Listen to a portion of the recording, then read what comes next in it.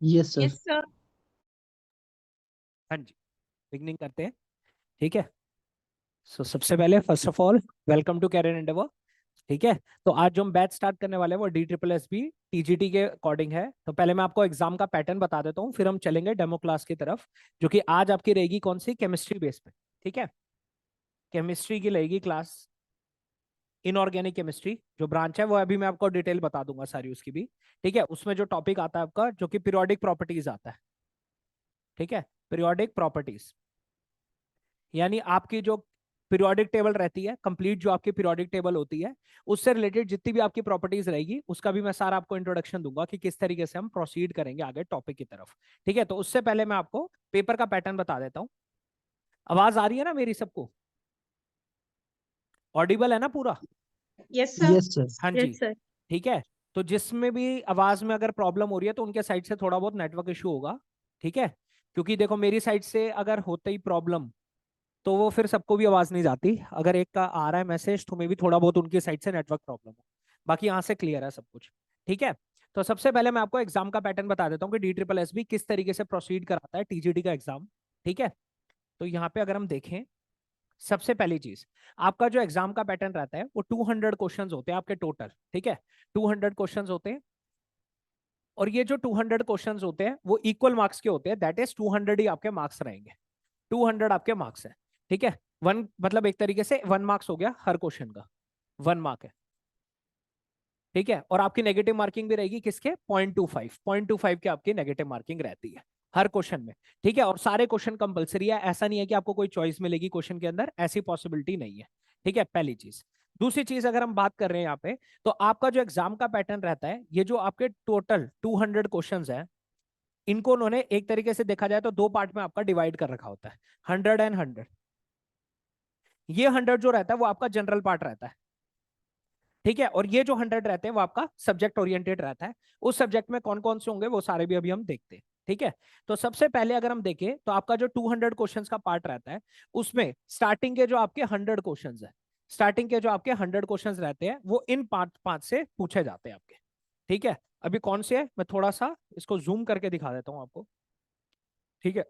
अगर आपको विजुअलिटी आ रही है तो आप देख सकते हो यहाँ पे कि अगर हम देखें इसमें, तो आपके जो ये 5 टॉपिक रहते हैं, ठीक है, सबसे पहला आपका होता है जनरल अवेयरनेस।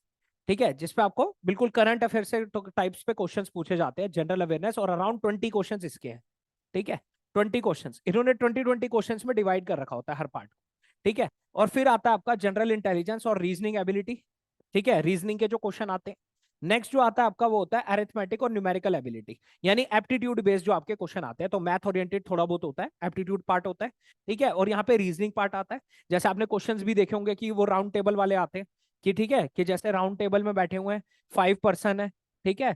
तो उनकी पोजीशन आपको आइडेंटिफाई करनी होती है, फिर कुछ स्टेटमेंट्स दे रखे होते हैं, तो ऐसे रीजनिंग वाले क्वेश्चंस आते हैं।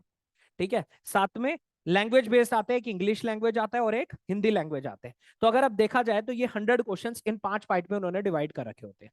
सबसे पहले तो ये 20 क्वेश्चंस इसके हैं। ठीक है। और बाकी 20 सबके होते हैं। ठीक है। हिंदी इंग्लिश लैंग्वेज है जिसमें कॉम्प्रीहेंशन पार्ट भी आता है, आपको एक कॉम्प्रीहेंशन पैसेज दे रखा होगा और उसी के ऊपर वो क्वेश्चंस पूछता है। ठीक है। या फिर आपने देखा होगा एंटोनिम सिनोनिम होते हैं, सिलोगिज्म के क्वेश्चन होते हैं। ठीक है। जैसे पूछ लेता है सेम मीनिंग वर्ड्स। ठीक है। या फिर किसी पर्टिकुलर वर्ड में वो क्या कर देता है, जंबल वर्ड दे देता है। कोई सेंटेंस है उसमें जंबल्ड सेंटेंस दे दिया उसने। ठीक है। और आपको अरेंज करके सेंटेंस बनाना होता है, प्रॉपर ऑर्डर बताना होता है। तो ये कुछ ऐसे इंग्लिश के होते हैं, तो ऐसे हिंदी लैंग्वेज के भी आपके कॉम्प्रिहेंशन वगैरह के क्वेश्चंस आते हैं। तो ये आपके जो हो जाते हैं 100 क्वेश्चन हो जाता है, वो पूरा जनरल पार्ट हो जाता है। ठीक है। जिसका सब्जेक्ट से रिलेटेड नहीं है, ये सारा आपका जनरल पार्ट रहता है। इसके बाद जो आते हैं बचे हुए 100 क्वेश्चन, वो 100 क्वेश्चन होते हैं सब्जेक्ट ओरिएंटेड। ठीक है। सब्जेक्ट ओरिएंटेड होते हैं, प्लस इसमें थोड़ा बहुत बीएड टाइप के क्वेश्चंस भी पूछे जाते हैं, जिसमें टीचिंग मेथोडोलॉजी के क्वेश्चंस आते हैं। ठीक है। बहुत कम पार्ट होता है इसका, मेजरली पार्ट किसका होता है, सब्जेक्ट कंसर्न का होता है। अब जब आप टीजीटी नेचुरल साइंस की बात करते हो तो उसमें जो सब्जेक्ट कंसर्न आता है, एक्चुअली में उसमें जो क्वेश्चंस आते हैं वो आते हैं 3 चीजों से, दैट इज फिजिक्स, आपका पार्ट रहता है केमिस्ट्री एंड बायोलॉजी। ये 3 आपके सब्जेक्ट्स रहते हैं, फिजिक्स केमिस्ट्री एंड बायोलॉजी। और केमिस्ट्री के अंदर आपकी 3 ब्रांच होती है बेसिकली। ठीक है। एक होता है आपका इनऑर्गेनिक केमिस्ट्री, जो कि आज हम स्टार्ट भी करेंगे टॉपिक इसका। ठीक है। एक होता है आपका ऑर्गेनिक केमिस्ट्री, और एक होता है आपका physical chemistry.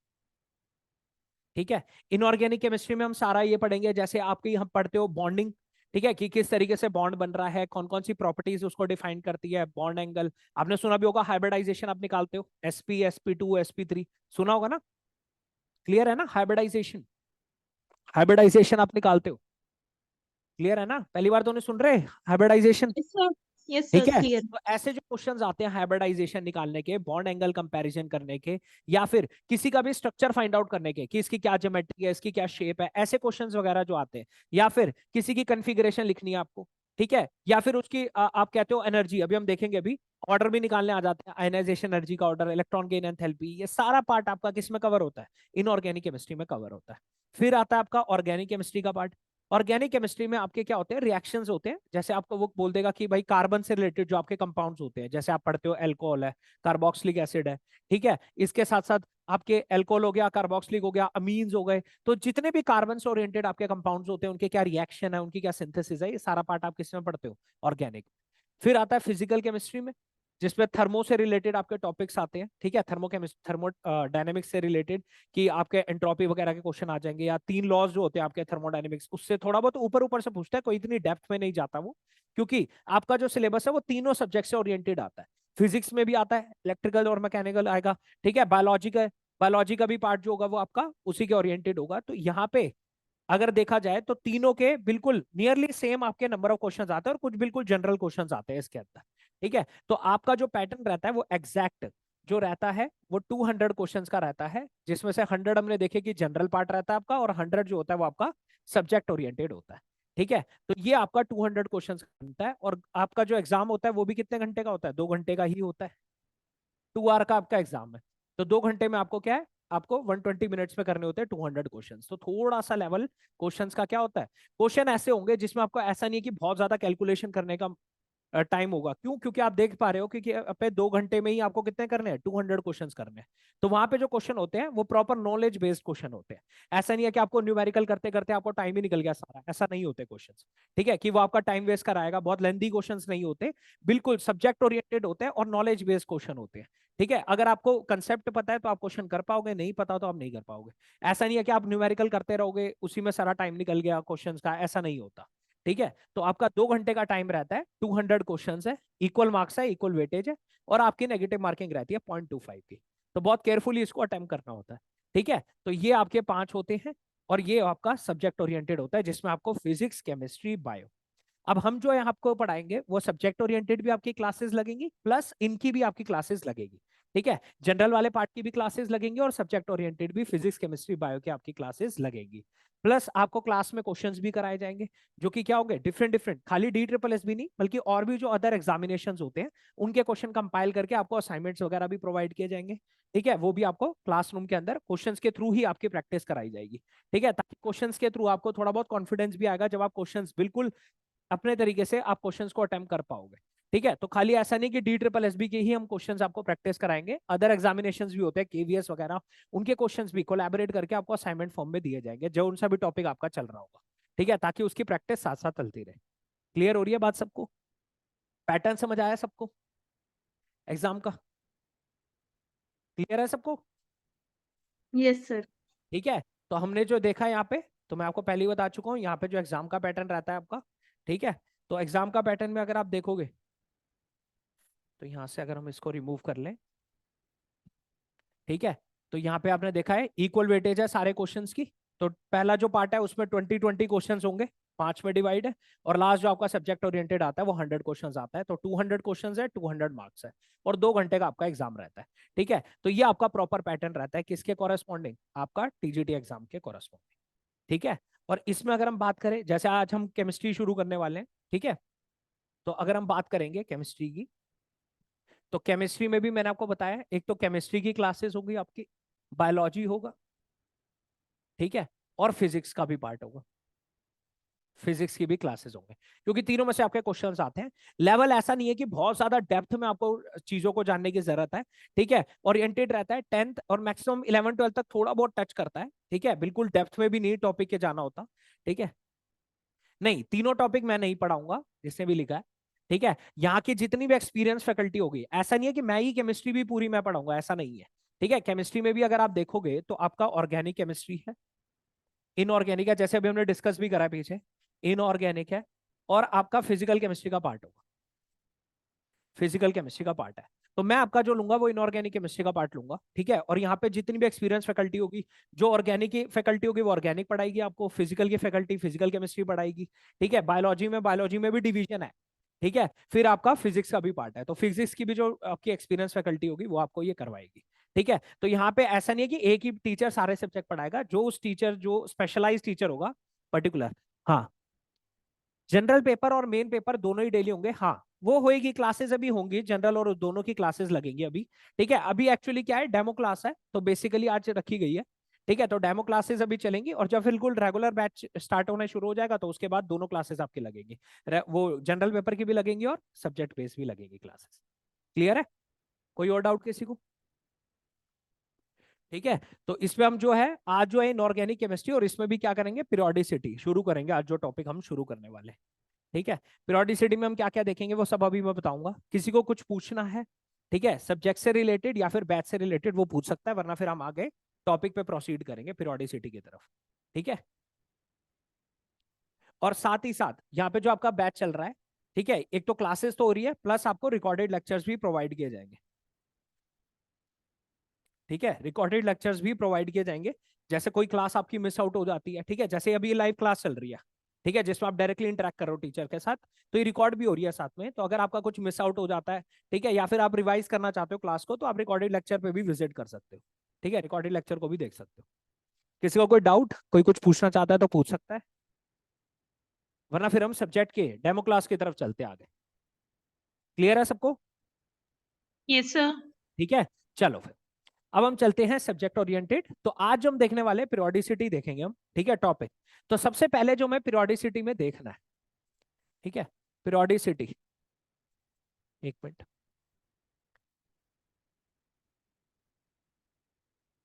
Recorded study material लिखा, hard copy for online assess. देखो, जो आपके असाइनमेंट्स वगैरह रहेंगे, जो क्लास होगा, ठीक है, और रिकॉर्डेड लेक्चर्स होंगे, वो आपको ऐप पे अवेलेबल रहेंगे। जब आप यहाँ पे एनरोल हो जाओगे तो आपको एक आईडी पासवर्ड प्रोवाइड किया जाएगा, उसी पे आपके ऐप पे जब आप लॉग इन करोगे तो वहीं आपको रिकॉर्डेड लेक्चर और असाइनमेंट्स वगैरह वहीं पे मिलेंगे अपलोडेड, ठीक है। तो आप वहां पे जाके देख सकते हो।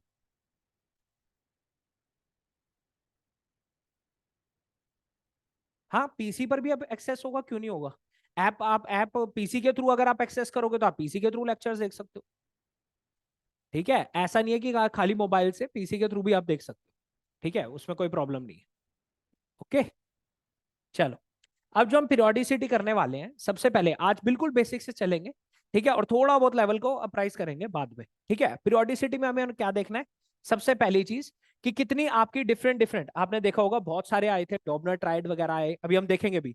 पहले मेंडलीव की पीरियोडिक टेबल आई, फिर मॉडर्न पीरियोडिक टेबल आई, तो कितनी तरीके से ये प्रोसीजर जो पूरा चला, सीक्वेंस जो चला है ना, कि कहां से शुरू हुई बात होनी पीरियोडिक टेबल की, और किस तरीके से फाइनल पीरियोडिक टेबल जो अब आप पढ़ते हो, ठीक है, वहां तक हम कैसे पहुंचे, ये सारी चीजें हम आज डिस्कस करेंगे। कि हिस्ट्री क्या थी, कहां से बात होनी शुरू हुई थी पीरियोडिक टेबल की, किसने दी, क्या क्या अलग अलग फैक्टर उन्होंने कंसिडर करे, और फाइनली अब जो आप पीरियोडिक टेबल पढ़ते हो वहां तक हम कैसे पहुंचे हैं। ये सारी चीजें हम सिक्वेंशियली देखेंगे और डायग्रामेटिक थ्रू देखेंगे। मैं आपको पीपीटी भी दिखाऊंगा, और ये पीपीटी अपलोड भी करवा दूंगा आपको ऐप पे, ठीक है। जब आप वहां पे आप देखोगे नोट्स के अंदर तो ये मिल जाएगी आपको, ठीक है। तो पीपीटी के थ्रू हम पहले देखेंगे, और फिर हम फाइनली नोट्स बनाना स्टार्ट करेंगे, जो आगे चल के हम देखेंगे। तो अभी हम सीक्वेंस देख रहे हैं कि किस तरीके से ये जो पीरियोडिक क्लासिफिकेशन होना शुरू हुई, जो अब आप फाइनल पीरियोडिक टेबल पढ़ते हो, जिसमें आप देखते हो यहाँ एस ब्लॉक है, यहाँ पे डी ब्लॉक है, बीच में यहाँ पी ब्लॉक है, नीचे आप देखते हो एफ ब्लॉक प्रेजेंट होता है। तो किस तरीके से ये जो फाइनल पीरियोडिक टेबल तक आप पहुंचे हो, और ये जो पीरियोडिक टेबल है वो किस बेसिस पे बनाई गई है, ये सारी चीजें हम आज एक एक करके देखेंगे। क्योंकि कभी कभार क्वेश्चन इसमें से भी पूछ लेता है। जैसे न्यूलैंड था, एक बंदा था, उसने दिया था लॉ ऑफ ऑक्टेव्स करके, ठीक है, तो वो आपको स्टेटमेंट दे देगा लॉ ऑफ ऑक्टेव्स जो है वो क्या कहता है, ठीक है। डॉमिनर ट्राइड का क्या मतलब है, ऐसे भी पूछ लेता है। मॉडर्न पीरियोडिक टेबल किस बेसिस पे बनी हुई है, मेंडलीव ने जो था वो कौन से पैरामीटर को चुना था, जब उसने पीरियोडिक टेबल बनानी शुरू करी तो उसने क्या पैरामीटर डिसाइड किया था। तो ऐसे करके वो आपसे कभी कभार न्यूमेरिकल में पूछ लेता है, ठीक है, एमसीक्यू बेस्ड क्वेश्चन रहते हैं। और पहली बात जो मैंने आपको अभी ऊपर बताया था कि ये जो आपके 200 क्वेश्चंस आएंगे, ये सारे किस फॉर्म में होंगे, एमसीक्यू फॉर्म में ही होंगे, ठीक है। ये क्वेश्चंस आपके सारे एमसीक्यू फॉर्म में रहेंगे, यानी आपको 4 ऑप्शंस प्रोवाइड किए जाएंगे, उसमें से कोई एक ऑप्शन आपका करेक्ट होगा। तो एमसीक्यू बेस्ड आपके क्वेश्चन रहते हैं, जितने भी ऑप्शंस वो देगा उनमें से कोई एक ऑप्शन ही आपका करेक्ट होगा। ऐसा नहीं है कि कोई और एक से ज्यादा आंसर करेक्ट हो सकता है, ऐसा कुछ नहीं होता। ठीक है, एमसीक्यू बेस्ड आपके क्वेश्चन रहते हैं। तो कभी कभार वो क्या करता है, ये जो पुरानी पीरियोडिक टेबल्स है, जब फाइनल मॉडर्न पीरियोडिक टेबल बनी उससे पहले जो पीरियोडिक टेबल है, कभी कभार क्वेश्चन उस पर भी पूछ लेता है। तो हम एक बार एक सीक्वेंस देख लेंगे। ठीक है, उसके बाद हम थोड़े बहुत जो आपके क्वांटम नंबर्स होते हैं उसकी थोड़ी सी इंट्रोडक्शन देखेंगे। डिफरेंट डिफरेंट आपके क्वांटम नंबर होते हैं, आपने सुना भी होगा, principal quantum number, azimuthal quantum number, सुना होगा ना सबने? क्लियर है? सुना कभी? प्रिंसिपल क्वांटम अच्छा। नंबर, एजीमुथल क्वांटम नंबर होता है, मैग्नेटिक क्वांटम नंबर होता है, स्पिन क्वांटम नंबर होते हैं। हाँ ठीक है, जी। तो ये क्वांटम नंबर जो है ना, ये आप डिटेल में पढ़ते हो एटॉमिक स्ट्रक्चर में, आगे चल के आप पढ़ोगे भी डिटेल में। ठीक है, लेकिन यहाँ पे हम क्या करेंगे, यहाँ पे हम सिर्फ इंट्रोडक्शन पार्ट लेंगे उसका, कि किस तरीके से क्वांटम नंबर जो होते हैं ना, ये हम कैसे डिसाइड करते हैं। क्वांटम नंबर को हम थोड़ा बहुत बेसिक ले लेंगे, ठीक है, जिससे हमारे को पीरियोडिसिटी में काम चल जाएगा, बाकी आप एटॉमिक स्ट्रक्चर में अलग से पढ़ोगे उस चीज को। ठीक है, और साथ ही साथ इलेक्ट्रॉन्स को किस तरीके से फिल किया जाता है। ठीक है, इलेक्ट्रॉन की फिलिंग, कभी कभार वो आपसे क्या पूछ लेता है, कन्फिग्रेशन कैसे निकालते हैं। क्वेश्चन आ जाएगा कन्फिग्रेशन के ऊपर, कि इस एलिमेंट का एटॉमिक नंबर ये है, इसकी कन्फिग्रेशन लिखो। तो कन्फिग्रेशन कैसे लिखेंगे, इलेक्ट्रॉन को कैसे फिल करेंगे। और एक वर्ड आप पढ़ते हो, कभी आपने सुना भी होगा, डायगोनल रिलेशनशिप। सुना है कभी डायगोनल रिलेशनशिप? कभी सुना हो पीरियोडिक टेबल में डायगोनल रिलेशनशिप होता है, कि किसी एक ग्रुप का जो पहला एलिमेंट होता है वो दूसरे ग्रुप के सेकंड एलिमेंट के साथ सिमिलर प्रॉपर्टी दिखाता है। ऐसा एक डायगोनल रिलेशनशिप इसे कहते हैं। ये क्यों देखने को मिलता है, इससे क्या फर्क पड़ेगा, कौन कौन सी प्रॉपर्टी वेरी करेगी, ये सारी चीजें इसमें देखेंगे। ठीक है, तो ये कुछ बेसिक से पार्ट है कि इलेक्ट्रॉन की फिलिंग कैसे होगी, कन्फिग्रेशन कैसे लिखेंगे। ठीक है, और हमें कैसे पता चलेगा, जैसे अगर वो आपको बोल दे एटॉमिक नंबर है मान लो 116, तो मुझे बताओ ये कौन से पीरियड में लाए करेगा, या ये कौन से, इसकी कॉन्फ़िगरेशन क्या होगी। देखो तीन तरह के क्वेश्चन बनते हैं, वो आपसे इसका ग्रुप पूछ सकता है, पीरियोडिक टेबल में कौन से ग्रुप में होगा ये, पीरियोडिक टेबल में कौन से पीरियड में लाया करेगा, ये पूछ सकता है आपसे, या फिर इसकी कॉन्फ़िगरेशन लिख दो। तो इन तीन क्वेश्चंस, ये तीनों क्वेश्चंस इसमें बन जाएंगे सिर्फ एक एटॉमिक नंबर देके। वो आपसे ये तीन तरीके के क्वेश्चंस पूछ सकता है। ठीक है, और पूछे भी गए हैं पहले ऐसे। ठीक है, प्रीवियस स्टैंड में अगर आप देखोगे तो ऐसे क्वेश्चंस पूछे गए हैं। तो मैं आपको क्वेश्चंस भी बताऊंगा, बैंक दूंगा आपको, तो आप प्रैक्टिस करोगे तो आपको क्लियर होगा उससे। ठीक है, तो ऐसे क्वेश्चंस भी कभी कभार पूछ लेता है इस पे। नेक्स्ट, इसके बाद अगर हम आगे बढ़ते हैं तो आपकी पीरियोडिक प्रॉपर्टीज जो होती हैं उसमें चार तरह, गिनती की चार प्रॉपर्टी आती हैं, उन्हीं की एप्लीकेशन भी देखेंगे। ये चार प्रॉपर्टी आती है आपके। चार प्रॉपर्टी कौन कौन सी होती है, सबसे पहली जैसे आप बोलते हो आयनाइजेशन एनर्जी। ठीक है, आयनाइजेशन एनर्जी होती है, एक प्रॉपर्टी होती है। दूसरी होती है इलेक्ट्रॉन गेन एंथैल्पी। ठीक है, इलेक्ट्रॉन गेन एंथैल्पी होती है। तीसरी क्या हो जाती है, इलेक्ट्रोनेगेटिविटी। अगर आपने ये दोनों ना सुना हो, इलेक्ट्रोनेगेटिविटी तो फिर भी आपने सुना ही होता है। ठीक है, इलेक्ट्रोनेगेटिविटी ये एक प्रॉपर्टी होती है। और एक प्रॉपर्टी होती है रेडिया, अगर आपको रेडिया निकालना हो तो। ठीक है, तो ये क्या है, ये चार तरीके की प्रॉपर्टी है। इनके कभी कभार आपसे ट्रेंड पूछ लेता है, कि अगर आप पीरियड में आगे बढ़ रहे हो तो ट्रेंड कैसे चेंज होगा, ग्रुप में नीचे जा रहे हो तो ट्रेंड कैसे चेंज होगा पीरियोडिक टेबल में। तो इनके ट्रेंड्स जस्ट आपको पढ़ने हैं, बिल्कुल डेप्थ में नहीं जाना, ट्रेंड्स आपको याद होने चाहिए, क्योंकि डायरेक्ट वो आपसे ट्रेंड ही पूछेगा, रीजनिंग कभी ही पूछता है उसमें। ठीक है, तो कभी कभार इन चारों के ट्रेंड पूछ लेता है पीरियड और ग्रुप में, तो आपको ट्रेंड याद होंगे, इनफ होगा आपके लिए। तो हम ये चार प्रॉपर्टीज को समझेंगे क्या होती हैं, और इन्हीं के ट्रेंड आप याद करेंगे। तो ये जो आपका पीरियोडिसिटी है आप देख सकते हो, और इनकी एप्लीकेशन भी देखेंगे, भाई आयनाइजेशन एनर्जी से क्या पता चल सकता है आपको, इलेक्ट्रोनेगेटिविटी से आप क्या क्या प्रॉपर्टीज इस पर डिपेंड करती है। ठीक है, इलेक्ट्रॉन गेन एंथैल्पी पे क्या प्रॉपर्टी डिपेंड करती है। रेडिया कितने तरीके के होते हैं, आपने सुना भी होगा, आयनिक रेडिया है, कोवलेंट रेडिया है। अगर आयनिक बॉन्ड बन रहा है तो उसका जो रेडिया होता है वो आयनिक रेडिया है, कोवलेंट बॉन्ड बन रहा है तो उसका जो रेडिया है वो कोवलेंट रेडिया। ठीक है, तो डिफरेंट डिफरेंट आपके रेडिया भी हो सकते हैं। ठीक है, तो कोवलेंट रेडिया होता है, और एक आपने सुना भी होगा वंडरवॉल रेडिया होता है, और कुछ वंडरवॉल फोर्सेस भी आपने सुनी होगी, डाइपोल डाइपोल, डाइपोल इंड्यूस। ठीक है, ये सारी हम एक एक करके कवर करेंगे। अभी जस्ट मैं आपको एक दे रहा हूं कि हम ये इस तरीके से प्रोसीड करेंगे और यहां तक चलेंगे फाइनली। ठीक है, तो बेसिकली हम क्या है, हम बिल्कुल इसी प्रोसीजर में फॉलो करेंगे और लास्ट तक चलेंगे, जिसमें हम सारे रेडिया तक हम पढ़ लेंगे। ठीक है, तो बिल्कुल बहुत इजी टॉपिक है, और बहुत टाइम इस पे क्वेश्चंस भी आ चुके हैं। ठीक है, तो बिल्कुल सिक्वेंशली चलेंगे किस तरीके से। तो स्टार्ट करेंगे आज किससे, कि पीरियोडिक टेबल में ये हिस्ट्री से लेकर अभी तक जो आपकी मॉडर्न पीरियोडिक टेबल आई है ये किस तरीके से बनी है। ठीक है, और हर जो जो भी साइंटिस्ट आया जिसने न्यू पीरियोडिक टेबल डिस्कवर करी, उसने कौन कौन से पैरामीटर सेलेक्ट करे थे। कभी कभार एक और चीज होती है, ठीक है, जैसे 100 से ऊपर वाले जो आपके एलिमेंट्स होते हैं उनका नोमेनक्लेचर कैसे किया जाता है, कभी कभार वो ये भी पूछ लेता है। ठीक है, नोमेनक्लेचर मतलब उनको नाम कैसे दिया गया। ठीक है, उनकी नेमिंग कैसे करते हैं। तो कभी कभार वो इस पे भी क्वेश्चन पूछ लेता है कि मान लो 114 किसी का एटॉमिक नंबर है, इसकी नेमिंग कैसे करोगे, ऐसे क्वेश्चन भी आ जाते हैं। ठीक है, या फिर इसका साइंटिफिक नेम क्या है, सीधा पूछ लेता है साइंटिफिक नेम क्या है इसका। ठीक है, तो आप देखोगे ऑर्गेनेशन, टेनेसन, ऐसे करके नाम दिए हुए हैं, रदरफोर्डियम, बोरियम, तो वो नाम कौन कौन से याद रखने हैं वो भी देखेंगे। ठीक है, हाँ जी। तो मैं डाउट एक बार देख लूं जरा। पीरियोडिक टेबल लर्न करनी है सर? हाँ लर्न करनी है, बिल्कुल करनी है। कैसे करनी है वो मैं बताऊंगा आपको। नोट्स कैसे प्रोवाइड करेंगे, आप हार्ड कॉपी सेंड कर। देखो नोट्स जो होंगे, अब ये क्लास चल रही है आपकी, नोट्स यही है आपके। ठीक है, कोई भी टीचर होगा किसी उसको कुछ पीडीएफ या पीपीटीज आपको देनी होगी तो वो भी ऐप पे अपलोड हो जाएगी। वरना जो आप यहाँ चल रही है ये आप नोट कर ही रहे हो, यही आपके नोट्स है जो क्लास चलेगी। क्लियर हो रही है बात। और कुछ नोट्स अगर पीडीएफ वगैरह जो अपलोड होगी वो आपको प्रोवाइड की जाएगी ऐप के ऊपर ही। ठीक है, नोट्स कोई किसी को कोई एक्स्ट्रा कुछ देना होगा आपको मटेरियल वगैरह तो वो सारा उसी पे अपलोड होगा। असाइनमेंट्स वगैरह भी ऐप पे अपलोड होंगे, जो आपके रिकॉर्डेड लेक्चर्स होंगे वो भी ऐप पे अपलोड होंगे, ये सारा आपको मिलेगा। ठीक है, और कोई डाउट? क्लियर है सबको? ठीक है, और आप अपना माइक ऑन कर सकते हो, कोई दिक्कत नहीं है, डायरेक्टली इंटरेक्ट कर सकते हो टीचर के साथ। ठीक है, उसमें कोई दिक्कत नहीं है। जरूरी नहीं आपको माइक ऑफ करके ही पढ़ना है, माइक ऑन करके डायरेक्ट डिस्कशन भी कर सकते हो मेरे से। चैट में लिखने की बजाय सीधे से बात करोगे उसमें भी कोई दिक्कत नहीं है। ठीक है, चलो स्टार्ट करें टॉपिक। क्लियर है सबको अब तक जितना बताया है? उसमें किसी को कोई डाउट तो हम शुरू करते हैं फिर टॉपिक को। डन? क्लियर है सबको? Yes sir. चलो, अब मैं आपको दिखाता हूँ पीरियोडिक क्लासिफिकेशन। देखना शुरू करते हैं किस तरीके से प्रोसीड हुई चीजें। ठीक है, सारा देखेंगे। आओ,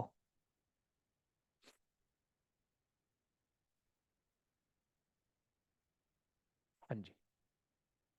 ठीक है, यहां से हम देखना शुरू करेंगे अब एक एक करके। ये वाली मैं पीडीएफ अपलोड भी करा दूंगा, कुछ आपको नोट करना है आप अपने बेसिस पे नोट कर सकते हो। बाकी ये सारी पीडीएफ आपको मिलेगी। ठीक है, बस समझने वाली चीजें हैं कि किस तरीके से प्रोसीड हुआ। कभी कभार वो पूछ लेता है कि डोमनर ट्राइड, डोमनर ने जो ट्राइड बनाए थे वो ट्राइड किस बेसिस पे बनाए थे, ऐसे करके आपसे क्वेश्चन पूछ लेता है और 4 ऑप्शन आपको गिवन होंगे, आपको पहचानना होगा। ठीक है, अगर आपको ध्यान से देखें तो सबसे पहला बंदा था जिसने बात करी थी कि कुछ एलिमेंट्स जो होते हैं ना वो सिमिलर प्रॉपर्टी दिखा रहे हैं तो उनको एक साथ रखना चाहिए। ठीक है, जैसे अब ऑब्वियस ही बात है, सोचो अभी तो आपके पीरियोडिक टेबल में कितने हो चुके हैं, आप देखोगे अभी आगे चल के 118 एलिमेंट हो चुके हैं। ठीक है, तो अब एक एक को अगर आप इंडिविजुअली पढ़ते रहे और सबकी प्रॉपर्टी डिफाइन करते रहे तो आपके लिए कितना बल्क में काम हो जाएगा। तो पहले के साइंटिस्ट थे उन्होंने कोशिश करी कि जैसे 3-4 एलिमेंट है उनकी प्रॉपर्टी एक जैसी लग रही है तो हम क्या करते हैं उनको एक साथ स्टडी कर लेते हैं, ताकि अगर हम एक की स्टडी करेंगे तो इसके जैसे जितने भी वो सेम प्रॉपर्टी दिखा रहे हैं तो उनकी स्टडी भी उसी के साथ हो जाएगी। ठीक है, तो काम थोड़ा सिंपल हो जाएगा। वरना क्या था, इंडिविजुअली हर एलिमेंट को पकड़ के स्टडी करोगे तो क्या हो जाएगा, बहुत ज्यादा कॉम्प्लिकेटेड हो जाएंगी चीजें। तो सबसे पहला जो बंदा था वो आया था कौन सा, डोबनर। डोबनर ने क्या बनाया, ट्राइड। ट्राइड मतलब 3 का पेयर, ट्राइड बोला जाता है 3 का पेयर। अगर आप ध्यान से देखो तो यहाँ पे 3-3 एलिमेंट के पेयर बने हुए हैं, ये देखो। ठीक है, 3-3 एलिमेंट के पेयर बने हुए हैं। तो डोबरा ने क्या बोला, उसने कुछ एलिमेंट्स को देखा और उसने ये ऑब्जर्व करा कि भाई यहाँ पे ना 3-3 एलिमेंट जो है ना वो एक जैसी प्रॉपर्टी दिखा रहे हैं। उसने देखा लिथियम, सोडियम, पोटेशियम एक जैसी प्रॉपर्टी दिखा रहे हैं। कैल्शियम, स्ट्रोंशियम, बेरियम जो है ये भी एक जैसी प्रॉपर्टी दिखा रहे हैं। क्लोरीन, ब्रोमीन, आयोडीन ये भी एक जैसी प्रॉपर्टी दिखा रहे हैं। ठीक है, और फिर इसने क्या करा, उनके एटॉमिक वेट भी लिखे उनके सामने। और उसने ये ऑब्जर्व करा जो बीच वाला एलिमेंट है ना उसका जो एटॉमिक नंबर मतलब एटॉमिक वेट है, एटॉमिक वेट मतलब मास नंबर, मास नंबर। आप पढ़ते हो ना किसी भी न्यूक्लियाई का, अगर आप सपोज करो यहाँ पे मैं न्यूक्लियाई लिखूं, ऊपर जो लिखा जाता है वो क्या होता है, उसका मास नंबर होता है। और नीचे जो लिखा जाता है वो क्या होता है, एटॉमिक नंबर। ठीक है, ए जिसको आप मास नंबर बोलते हो, मास नंबर, वो एक्चुअली में आपको क्या बताता है, वो एक्चुअली में आपको बताता है कि आपके पास number of neutrons plus number of protons कितने हैं। Number of neutron plus number of proton कितने हैं वो आपका क्या होता है, मास नंबर होता है, जो उसका वेट है। ठीक है, और ऐसे ही जेड क्या होता है, जेड होता है आपका atomic number. Atomic number, atomic number आपको क्या बताता है कि कितने या तो नंबर ऑफ इलेक्ट्रॉन्स है या फिर कितने नंबर ऑफ प्रोटॉन्स है। ठीक है, नंबर ऑफ इलेक्ट्रॉन कितने या नंबर ऑफ प्रोटॉन कितने वो आपको क्या बताता है, एटॉमिक नंबर बताता है। तो अभी जो है स्टार्टिंग के कुछ आप साइंटिस्ट देखोगे जिन्होंने किसी ने भी एटॉमिक नंबर की बात तो करी नहीं, सिर्फ और सिर्फ किसकी बात करी, एटॉमिक वेट की बात करी। ठीक है, वेट। और आप खुद बताओ, आज भी आप जितनी भी रिएक्शंस पढ़ते हो या बॉन्डिंग की बात करते हो, क्या आप उनमें न्यूट्रॉन और प्रोटॉन को देखते हो या इलेक्ट्रॉन्स को देखते हो? बताओ। आप जितनी भी प्रॉपर्टी की बात करते हो, वैलेंस शेल के इलेक्ट्रॉन्स ही देखते हो ना? क्या वैलेंस शेल के प्रोटॉन देखते हो कि आपके पास प्रोटॉन कितने हैं, न्यूट्रॉन कितने हैं, उसके बेसिस पे आप केमिस्ट्री डिफाइन करते हो?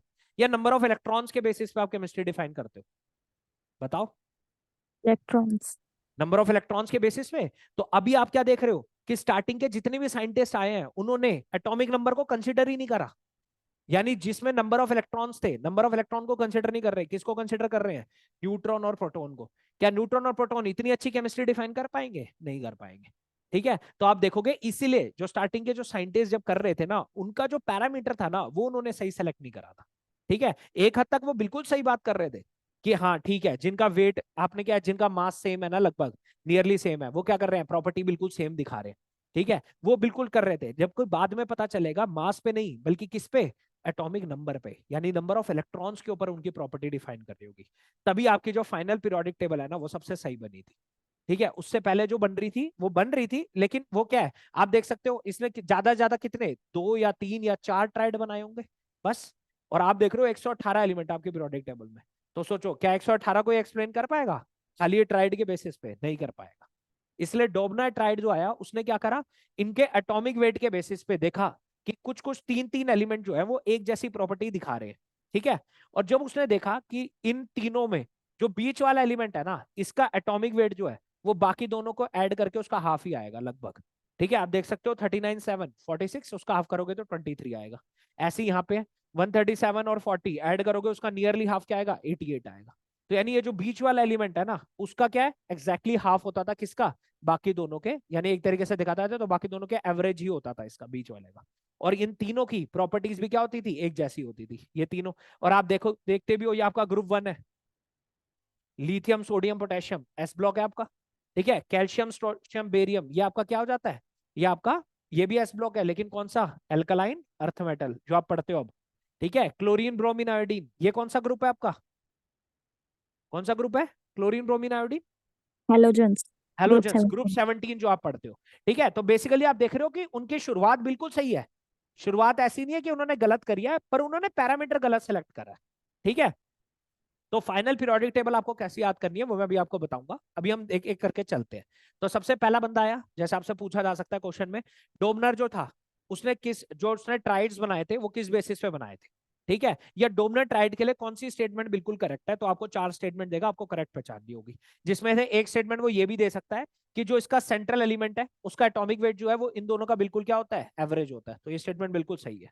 और ये जो 3 3 के ट्राइड का पेयर होता है, इनकी प्रॉपर्टीज भी मैच करती है। तो ये सबसे पहला आपका कौन सा आता है, डोबनर ट्राइड आता है। तो सबको क्लियर है डोबनर ट्राइड, समझ आया सबको? फिर यस हम सर। आगे प्रोसीड करेंगे। ठीक है, चलो। सबसे पहला था डोबनर ट्राइड। तो मैंने आपको बताया 2 चीजें होती है, एक होता है मास नंबर जो आपको क्या बताता है, number of neutron plus number of protons. और एक होता है आपका एटॉमिक नंबर जो आपको क्या बताता है, या कि आपके पास इलेक्ट्रॉन कितने हैं या आपके पास प्रोटॉन कितने हैं, क्योंकि दोनों का नंबर सेम होता है। क्योंकि ऑब्वियस सी बात है ना, आपको भी पता है आपका न्यूक्लियस क्या है, स्टेबल है। यानी उसमें जितना पॉजिटिव चार्ज होगा उतना नेगेटिव चार्ज भी होगा। तो जितने प्रोटॉन है उतने ही इलेक्ट्रॉन है, इसलिए आपका एटॉमिक नंबर सेम होता है दोनों। ठीक है, तो अब आगे चलते हैं। तो सबसे पहला आपका था डोबनर ट्राइड। इसके बाद सेकंड एक और साइंटिस्ट आया। ठीक है, अब इस साइंटिस्ट का नाम क्या था, थोड़ा सा फ्रेंच नेम है इसका, एई दे शेंकोटिस करके इसका नाम है साइंटिस्ट का। ठीक है, इसने क्या करा, आओ देखते हैं। ठीक है, ये अगर आप इसका ये डायग्रामेटिक व्यू में देखोगे तो इसने क्या करा कि इसको डिफरेंट डिफरेंट एलिमेंट्स मिले, उन डिफरेंट डिफरेंट एलिमेंट्स की जो प्रॉपर्टीज मैच कर रही थी उसके बेसिस पे इसने उनको क्या करा, एक सिलेंड्रिकल फॉर्म में अरेंज कर दिया। ठीक है, एक सिलेंड्रिकल फॉर्म में अरेंज करा। जैसे यहाँ पे आप देख सकते हो लिथियम है, बेरिलियम, बोरोन, कार्बन, इनकी प्रॉपर्टी जिस जिस तरीके से वेरी कर रही थी उसके बेसिस पे इसने क्या करा, एक सिलेंड्रिकल फॉर्म में, ये इस तरीके से है यहाँ पे जो ओरिजिनल अभी तक अवेलेबल है, वैसे वो देखने में ऐसा लगता है। तो आप देख सकते हो उसने क्या करा, उसको सिलेंड्रिकल वे में अरेंज कर दिया। और सिलेंड्रिकल वे में जब उसने अरेंज करा तो क्या दिख रहा है आपको, ये देखो कि लिथियम और सोडियम एक ही लाइन में आ रहे हैं। अगर आप ऑब्जर्व कर पा रहे हो तो ये दोनों एक ही लाइन में आ रहे हैं, लिथियम और सोडियम। और आप देख रहे हो बेरिलियम और मैग्नीशियम और कैल्शियम ये तीनों एक ही लाइन में आ रहे हैं। बोरोन एल्यूमिनियम एक ही लाइन में आ रहे हैं। कार्बन सिलिकॉन एक ही लाइन में आ रहे हैं। तो उसने ये ऑब्जर्व करा कि जब उसने सिलेंड्रिकल वे में इनको अरेंज करा, और इसका और भी व्यू अगर आप देख सकते हो तो यहाँ पे भी अवेलेबल है, ठीक है, जिसमें आप देख सकते हो कि लिथियम और सोडियम एग्जैक्टली सेम लाइन पे आ रहे हैं। Lithium sodium, beryllium magnesium, boron aluminium, carbon silicon, nitrogen phosphorus, oxygen sulphur, ठीक है। तो जब इसने उसको सिलेंड्रिकल वे में अरेंज करा तो उसने देखा कि कुछ एलिमेंट जो थे वो जो सेम लाइन पे आ रहे थे उन सबकी प्रॉपर्टी क्या कर रही है, एक जैसी है, ठीक है। उसी के बेसिस पे, प्रॉपर्टीज के बेसिस पे उसने अरेंज करा और देखा जो सेम लाइन पे आ रहे थे उन दोनों की प्रॉपर्टी क्या कर रही है, मैच कर रही है। और आगे चल के आप देखोगे ये बिल्कुल सही भी है कि लिथियम सोडियम एक ही ग्रुप के मेंबर है, बेरिलियम मैग्नीशियम भी, बोरोन कार्बन भी, ठीक है, बोरोन एल्यूमिनियम हो गया, कार्बन सिलिकॉन हो गया, तो एक ही ग्रुप के मेंबर है। लेकिन इसका जो था वो इतना ज्यादा सक्सेसफुल नहीं था, क्योंकि आप कितने एलिमेंट्स को ऐसे अरेंज करते जाओगे और एक सिलेंड्रिकल फॉर्म में ले आओगे, तो ऑब्वियस सी बात है सुनने में इंपॉसिबल लग रहा है। तो इसने कुछ लिमिटेड ही लिए थे एलिमेंट्स जिसको ये अरेंज कर पाया। बाकी सबको तो इस तरीके से अगर आप अरेंज करने बैठोगे तो बहुत बड़ा चार्ट हो जाएगा और बहुत बड़ा सिलेंडर आपको कंसिडर करना पड़ेगा, ठीक है। क्योंकि अगर आप देखो तो मैक्सिमम इसने दो दो एलिमेंट ही लिया हर ग्रुप के, लिथियम सोडियम, फिर पोटेशियम है, रबोडियम है, सीजियम है, आगे और भी डेवलप होते जाएंगे तो कहां तक सिलेंडर बनता जाएगा, ठीक है। इसलिए ये सक्सेसफुल था लेकिन इतना ज्यादा नहीं था, इसलिए इसका नाम थोड़ा कम यूज किया जाता है। तो जनरली आपको क्या याद रखना है, आपको बस आइडिया याद रखना है कि इसने किस बेसिस पे क्या था, इसने प्रॉपर्टीज देखी कि जिस जिसकी भी प्रॉपर्टी सेम है उसको सिलेंड्रिकल वे में अरेंज किया और देखा कि जो सेम लाइन में आ रहे हैं ना उनकी प्रॉपर्टीज क्या है, एग्जैक्टली मैच कर रही है। बस आपको ये याद रखना है, ठीक है। और नाम पता होना चाहिए आपको कि शेंकोट इसने करा था ये चीज, क्योंकि वो नाम देके पूछ सकता है कि इसने किस बेसिस पे एलिमेंट्स को अरेंज किया था, तो 4 स्टेटमेंट आपको दे देगा। क्लियर हो रही है बात? सेकंड समझ आया? सेकंड क्लियर है सबको? Yes sir. ठीक है। अब चलते हैं थर्ड। इसके बाद कौन आया? तो इसके बाद आया आपका जॉन अलेक्जेंडर न्यूलैंड, ठीक है। इसने क्या था, इसका नाम था law of octaves. Law of Octave पे क्वेश्चन आ चुका है 2 बार 3 बार, ठीक है। लॉ ऑफ ऑक्टेव की डायरेक्टली पूछ लेता है स्टेटमेंट क्या है। ऑक्टेव का मतलब क्या लग रहा है नाम से, ऑक्टा किसको बोलते हैं, 8, ठीक है, 8। तो लॉ ऑफ ऑक्टेव का मतलब क्या है, जैसे इसने क्या करा, ध्यान से सुनना, यहाँ पे एक अरेंजमेंट सा दिख रहा है आपको, ठीक है, लॉ ऑफ ऑक्टेट में। तो इसने क्या करा, इसने अरेंज करना शुरू करा एलिमेंट्स को on the basis of atomic weight. अभी देख सकते हो अभी भी एटॉमिक वेट की ही बात हो रही है, ठीक है। एटॉमिक वेट पे इसने अरेंज करा और इसने क्या देखा कि पहला एलिमेंट और उसके बाद जो 8th एलिमेंट आएगा, 8वां एलिमेंट, उन दोनों की प्रॉपर्टी क्या करेगी, मैच करेगी। अगर आप देखो लिथियम है तो उसके बाद 1 2 3 4 5 6, ठीक है, लिथियम को इंक्लूड करते हुए देखो लिथियम है तो 1 2 3 4 5 6 7 और 8th, 8वां जो एलिमेंट आया दैट इज सोडियम, बिल्कुल सेम प्रॉपर्टी मैच कर रही है, ठीक है। बेरिलियम है, फिर आप 8 गिनोगे तो कौन आएगा, मैग्नीशियम, बिल्कुल सेम प्रॉपर्टी मैच कर रही है। तो इसलिए इसको इसने क्या नाम दिया, लॉ ऑफ ऑक्टेव्स। ऑक्टेव्स जो होता है ना वो एक्चुअली में म्यूजिकल नोट्स में यूज होता है। जैसे आपने सुना भी होगा सारे गामा पा होता है, ठीक है, सुना है ना सबने, सारे गामा पा जो होती है ट्यून होती है, सारे गामा पा धनी सा लास्ट में सेम आता है। तो सा पहला और जो 8th एलिमेंट होता है वो बिल्कुल क्या होता है, दोनों नोट एग्जैक्टली सेम होते हैं। तो यही उसने क्या बोला कि ये क्या है, लॉ ऑफ ऑक्टेव्स है, कि फर्स्ट एलिमेंट और सीधा जो 8th एलिमेंट है उसकी प्रॉपर्टी मैच करेगी, ठीक है। फर्स्ट एलिमेंट और उसके बाद जो 8वां एलिमेंट होगा सेम प्रॉपर्टी मैच करेगी। और ऐसे वो करता रहा तो उसने देखा कि बिल्कुल एग्जैक्टली एक पैटर्न मिलता जा रहा है। लेकिन ये पैटर्न कहां तक फॉलो हुआ, सिर्फ और सिर्फ कैल्शियम तक। कैल्शियम आपको पता है एटॉमिक वेट कितना है, 40, कैल्शियम तक ही ये वैलिड था। कैल्शियम के बाद उसने देखा ये पैटर्न फॉलो नहीं हो रहा, क्योंकि ऑब्वियस ही बात है ना, लिमिटिंग पैटर्न है। क्योंकि इसके बाद बहुत चीजें और आ रही होंगी जो मैटर करेगी। अगर आपने ध्यान से देखा हो तो अभी एस ब्लॉक और पी ब्लॉक मेंबर ही है, डी ब्लॉक तो आए नहीं बीच में, डी ब्लॉक आएंगे उससे भी तो कुछ वेरिएशन आएगा। तो इसलिए उसने देखा कि कैल्शियम तक ही ये पैटर्न फॉलो हो रहा है, कैल्शियम के बाद ये पैटर्न जो है वो फॉलो नहीं हो रहा था। और एक बार तो क्वेश्चन पूछ लिया था कि लॉ ऑफ ऑक्टेव्स जो है वो किस एलिमेंट तक वैलिड है, तो कैल्शियम तक ही वैलिड होता है। तो डायरेक्टली भी आपसे पूछ सकता है, ठीक है। तो जैसे अगर ये तो मैंने आपको नॉर्मली बता दिया, अब मैं नोट्स के थ्रू दिखाता हूँ आपको, ठीक है। जैसे आप यहाँ देख सकते हो म्यूजिकल नोट्स लिखे हुए हैं सारे गामा पा, ठीक है। तो आप देख रहे हो म्यूजिकल नोट्स लिखे हुए हैं और उसी का इंग्लिश लिखा हुआ है डोरे मी फासोलाटी, जो होता है इंग्लिश ही नोट्स होते हैं इसी के। तो आप देख सकते हो सा होता है और जो 8वां सुर आता है वो भी क्या होता है, सा का ही होता है। तो हाइड्रोजन है, उसके बाद सीधा फ्लोरीन, फ्लोरीन के बाद सीधा क्लोरीन, 8वां। तो 8 8 करके उसने देखा कि ये सबका क्या था, मैच कर रहा था। लेकिन ये क्या था, अभी मैंने आपको बताया कैल्शियम तक मैच कर रहा है। और आप देख भी सकते हो, ऑब्जर्व करो, ये देखो कैल्शियम दिख रहा है सबको। कैल्शियम के नीचे जरा बताना कौन है, जिंक। क्या कैल्शियम और जिंक एक ही ग्रुप के मेंबर है, बताओ? क्या कैल्शियम और जिंक एक ही ग्रुप के मेंबर है? No sir. नहीं होगा ना। क्या पोटेशियम और कॉपर एक ही ग्रुप के मेंबर हो सकते हैं? No no sir. सर। ठीक है। क्या क्रोमियम, एल्यूमिनियम और क्रोमियम एक ही ग्रुप के मेंबर है? ये नो ग्रुप सर। 13 है, क्रोमियम तो क्या आ जाता है, डी ब्लॉक एलिमेंट है। ठीक है, आप यस देख सर। सकते हो सिलिकॉन के नीचे कौन आ रहा है, टाइटेनियम। यहाँ पे फॉस्फोरस के नीचे आ रहा है मैंगनीज। ठीक है, सल्फर के नीचे आ रहा है आयरन। तो यानी आपने देखा सिर्फ कैल्शियम तक ही ये वैलिड हो रहा है, आप देख सको तो। उसके बाद देखो चेंज होना शुरू हो गया पैटर्न, और बिल्कुल करेक्ट पैटर्न नहीं आ रहा। ठीक है, वेरिएशन आनी शुरू हो गई। क्यों? क्योंकि अब डी ब्लॉक आ गए, और डी ब्लॉक की क्या होती है, प्रॉपर्टी बिल्कुल डिफरेंट होने लगती है, तो मैच ही नहीं करेगा यहाँ पे आके। इसलिए ये जो था, ये भी लॉ ऑफ ऑक्टेव भी एक हद तक ही सही चला था, वो भी कहां तक, true only for the element up to calcium. Calcium के बाद गलतियां होनी शुरू हो जाएगी। ठीक है, क्योंकि ऑब्वियस ही बात है ये गलतियां क्यों हो रही है, क्योंकि फिर से वही बात, इसने क्या चूज करा था, एटॉमिक वेट। और एटॉमिक वेट पे खाली प्रॉपर्टीज कब तक वेरी करेगी, क्योंकि एक्चुअली जो प्रॉपर्टी होंगी वो किस पर डिपेंड करेगी, नंबर ऑफ इलेक्ट्रॉन्स पे डिपेंड करेगी, वो आगे चल के देखेंगे। ठीक है, तो हमने 3 तरीके के साइंटिस्ट देख लिया, तीसरा था लॉ ऑफ ऑक्टेव्स। तो आपसे सीधा पूछ सकता है लॉ ऑफ ऑक्टेव्स का क्या मतलब है, तो 4 स्टेटमेंट आपको देगा, उन स्टेटमेंट को आपको आइडेंटिफाई करना होगा। इतनी बात क्लियर हुई? Yes sir. यस ठीक सर। है, चलो यस सर। आगे चलते हैं। ये था लॉ ऑफ ऑक्टेव्स। इसके बाद हम चलेंगे, फिर एक और आया लॉथर मेयर करके, एक साइंटिस्ट था। ठीक है, ये साइंटिस्ट की फोटो भी है यहाँ पे। ठीक है, ये लॉथर मेयर करके एक साइंटिस्ट है। अब इसने क्या करा, जरा इसका भी काम देख लेते हैं। इसका काम बिल्कुल सही था। ठीक है, अगर आप बात करते हो मॉडर्न पीरियोडिक टेबल से पहले, अगर आप बात करते हो तो किसकी बात करते हो, मेंडलीव की। कि एक हद तक मेंडलीव की टेबल जो थी वो काफी हद तक सक्सेसफुल थी, लेकिन वो भी फेल हो गई थी, उसके बाद आई थी मॉडर्न पीरियोडिक टेबल। लेकिन मेंडलीव के साथ साथ इसकी टेबल की भी बहुत बात होती थी। ठीक है, उस टाइम पे लॉथर मेयर ने भी बहुत हद तक सही चीजें बताई थी। ठीक है, लेकिन ये फेल हो गई थी, मेंडलीव को ज्यादा मतलब प्रशंसा मिली थी, इसको इतनी नहीं मिली, क्योंकि इसने एक्चुअली क्या किया था, आप देख सकते हो लॉथर मेयर जो है ना, इसने क्या करा, जितनी भी फिजिकल प्रॉपर्टी होती है, ठीक है, अभी आप क्या बात कर रहे थे, एटॉमिक वेट की। ठीक है, इसने क्या करा, वेट वेट कुछ नहीं देखा, इसने सिर्फ प्रॉपर्टीज देखी। फिजिकल प्रॉपर्टी कौन कौन सी, एटॉमिक वॉल्यूम, मेल्टिंग पॉइंट, ठीक है, boiling point, against the atomic weight. कि एटॉमिक वेट अगर बढ़ रहा है तो खाली एटॉमिक वेट की बात नहीं करी, जैसे आप पिछले क्या देख रहे थे, एटॉमिक वेट के बढ़ते हुए बस उनको अरेंज कर दिया।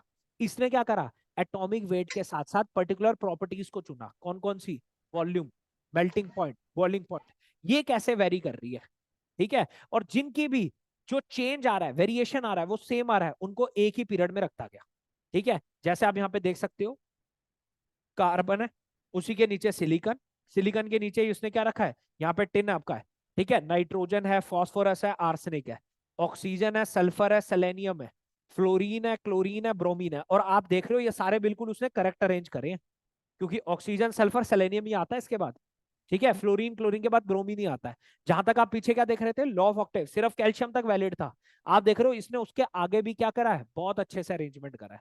लेकिन बस फर्क ये था कि उसने जो यहाँ पे पैरामीटर चुना ना, वो गलत चुन लिया। ठीक है, एटॉमिक वेट। क्यों? क्योंकि अगर ये प्रॉपर्टीज का वेरिएशन किसके साथ देखता, एटॉमिक नंबर के साथ देखता, इलेक्ट्रॉन्स के साथ देखता, तो इसकी सक्सेसफुल रहती। तो लोथर मेयर ने क्या करा, तो बस आपको ये याद रखना है कि उसने फिजिकल प्रॉपर्टीज को चुना कि वो कैसे वेरी कर रही है against the atomic weight. Atomic weight के चेंज होने की वजह से फिजिकल प्रॉपर्टी कैसे चेंज हो रही है, और जहां उसको रिपीटिंग पैटर्न मिला, सेम पैटर्न मिला, उनको वो क्या करता रहा, एक साथ अरेंज करता रहा।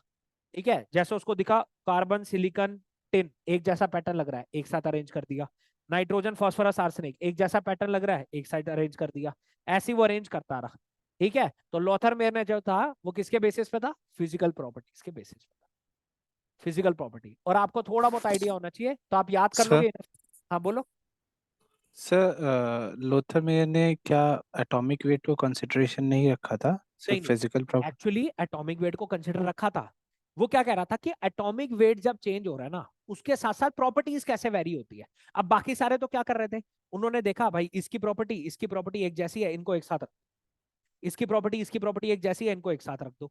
और जब आपने देखा पीछे भी कि लॉ ऑफ ऑक्टेव्स की हम बात कर रहे थे, जब प्रॉपर्टीज के बेसिस पे खाली बात हुई, तो आपने देखा कि अगर आप ऊपर लिख रहे हो कौन सा, सिलिकॉन, उसके नीचे कौन आ रहा है, क्रोमियम आ रहा है। चाहे इनकी थोड़ी बहुत प्रॉपर्टी मैच करती हो, पर क्या ये बिल्कुल सही है, नहीं है, अरेंजमेंट बिल्कुल सही नो नहीं है सर। ये। ठीक है, अब उन्होंने क्या देखा, बस वो उन्होंने देखा प्रॉपर्टी मैच कर रही है, रखते चलो, एक साथ रखते चलो। इसने क्या देखा, इसने स्पेसिफिकली प्रॉपर्टीज को चेंज होते हुए देखा, कि एटॉमिक वेट के साथ किसका वेरिएशन जो है ना वो बिल्कुल सही आ रहा है, और जिन जिन का वेरिएशन में सेम पैटर्न आता था ना उनको एक साथ रखता था।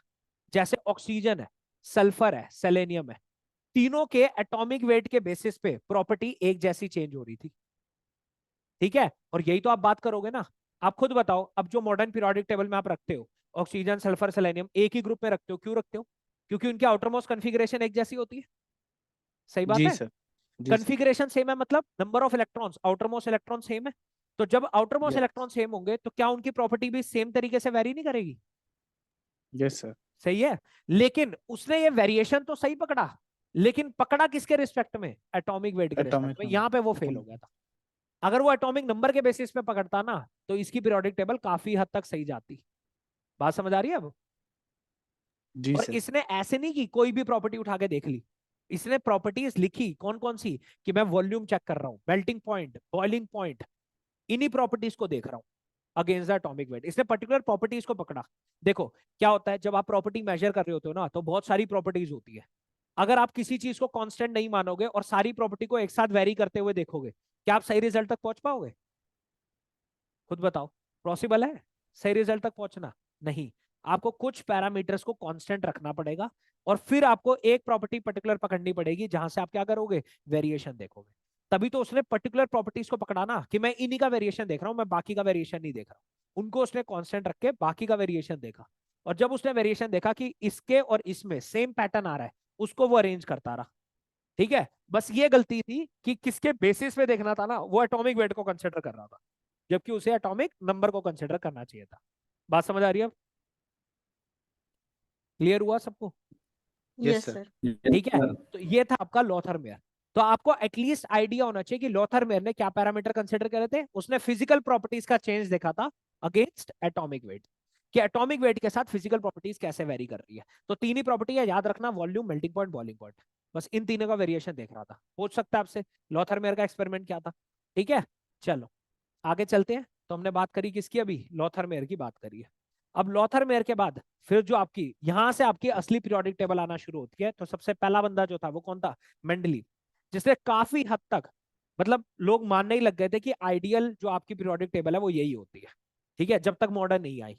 तो इसने क्या बोला, सिंपल सी बात है, आप देख सकते हो एलिमेंट जो है उनकी प्रॉपर्टीज किसका फंक्शन है? एटॉमिक वेट का। उसने बोला किसी भी एलिमेंट की जो पीरियोडिक प्रॉपर्टीज होती है, पीरियोडिक प्रॉपर्टी जो आप पढ़ोगे आगे चल के, ionization energy, electron gain enthalpy, ठीक है, अलग अलग जो प्रॉपर्टीज होती है वो किसका फंक्शन है? वो एटॉमिक वेट का है। कि वो सारी चीजें जो है वो एटॉमिक वेट पे डिपेंड करती है, इसने बोला मेंडलीव ने। ठीक है, और इसी के बेसिस पे उसने टेबल देखी। ठीक है, कि जिन जिन की भी प्रॉपर्टीज एक जैसी आ रही है इसके वेरिएशन के साथ, उसको वो एक साथ अरेंज करता रहा। अगर आप कायदे से देखो तो लॉथर मेयर और इसकी बात एक लगभग सेम है। ठीक है, बस फर्क क्या है, ये सारी प्रॉपर्टीज बोल रहा है, लॉथर मेयर ने कुछ पर्टिकुलर प्रॉपर्टीज को ही चुना कि मैं इसका वेरिएशन देखता हूँ एटॉमिक वेट के साथ। इसलिए मैंने आपको कहा था लॉथर मेयर ने भी काफी हद तक काम अच्छा किया था, पर नाम किसका हुआ? सिर्फ और सिर्फ मेंडलीव का ही नाम हुआ, उसका नाम ही नहीं हुआ। ठीक है, इतना। तो मेंडलीव ने जो था उसने प्रॉपर्टीज को डिफाइन करा किसके बेसिस पे? एटॉमिक वेट के बेसिस पे। और यही गलती थी बस उसकी। अब इसके कॉरेस्पॉन्डिंग भी अगर आप पीरियोडिक टेबल देखो तो ये कुछ आपकी पीरियोडिक टेबल बन रही थी मेंडलीव की। ठीक है, एक और टेबल भी दिखाऊंगा मेंडलीव की, पहले आप देख सकते हो। देखो अब गलती क्या थी, अगर मैं वापस चलू लोथर मेयर में, ठीक है, लोथर मेयर भी छोड़ो, इससे ऊपर चलते हैं। यहाँ पे अगर आप लॉ ऑफ ऑक्टेव्स की बात कर रहे हो तो आप देख रहे हो इसमें हाइड्रोजन को फ्लोरीन के साथ रखा गया। क्या हाइड्रोजन फ्लोरीन के ग्रुप में होता है? बताओ, सर, नो सर। किसके ग्रुप में होता है? ग्रुप वन में होता है। Hydrogen, group one. Lithium, sodium, beryllium, boron, yes यही सर, पढ़ते हो ना, कि यस हाइड्रोजन सर, आता है, लिथियम आता है, फिर सोडियम, पोटेशियम, रबोडियम, सीजियम ऐसे आता है। देखो हाइड्रोजन के बेसिस पे क्या था, बहुत ज्यादा कंट्रोवर्सी थी। अब हाइड्रोजन जो था ना वो कुछ प्रॉपर्टी दिखाता था इनकी तरह, एल्कली मेटल की तरह, और कुछ प्रॉपर्टी दिखाता था किनकी तरह? फ्लोरीन, क्लोरीन, हैलोजन की तरह। तो इसको जो प्लेस करने का था ना, बहुत ज्यादा कंट्रोवर्सी हुई थी कि हाइड्रोजन को कहां बिठाया जाए, क्या इसको इनके साथ बिठाया जाए या इसके साथ बिठाया जाए। तो आपको यहां देख के तो ऑब्वियस सी बात है गलत ही लग रहा होगा, क्योंकि आप जो अब एक्सेप्ट करते हो पीरियोडिक टेबल उसमें ये किनके साथ बैठा हुआ है? लिथियम और सोडियम के साथ बैठा हुआ। ठीक है, तो ऑब्वियस सी बात है, ये आगे चल के आपको पता चलेगा, ये इसलिए यहाँ पे भी ये गलती हुई थी। ठीक है, फिर हम आते हैं मेंडलीव की। तो मेंडलीव की बात करें तो आप देख सकते हो उसने हाइड्रोजन को सही जगह प्लेस करा है लिथियम वगैरह के साथ। ठीक है, लिथियम, सोडियम, पोटेशियम, आप देख सकते हो काफी हद तक मेंडलीव ने बिल्कुल अच्छे से पीरियोडिक टेबल को अरेंज करा है। लेकिन इसमें भी आपको कोई ना कोई दिक्कतें दिखेगी। कैसे? आप देख सकते हो पोटेशियम के नीचे कॉपर बैठा हुआ है। क्या ये सही है, गलत है? पोटेशियम के नीचे कॉपर है, होगा कॉपर? No sir. नहीं होगा ना।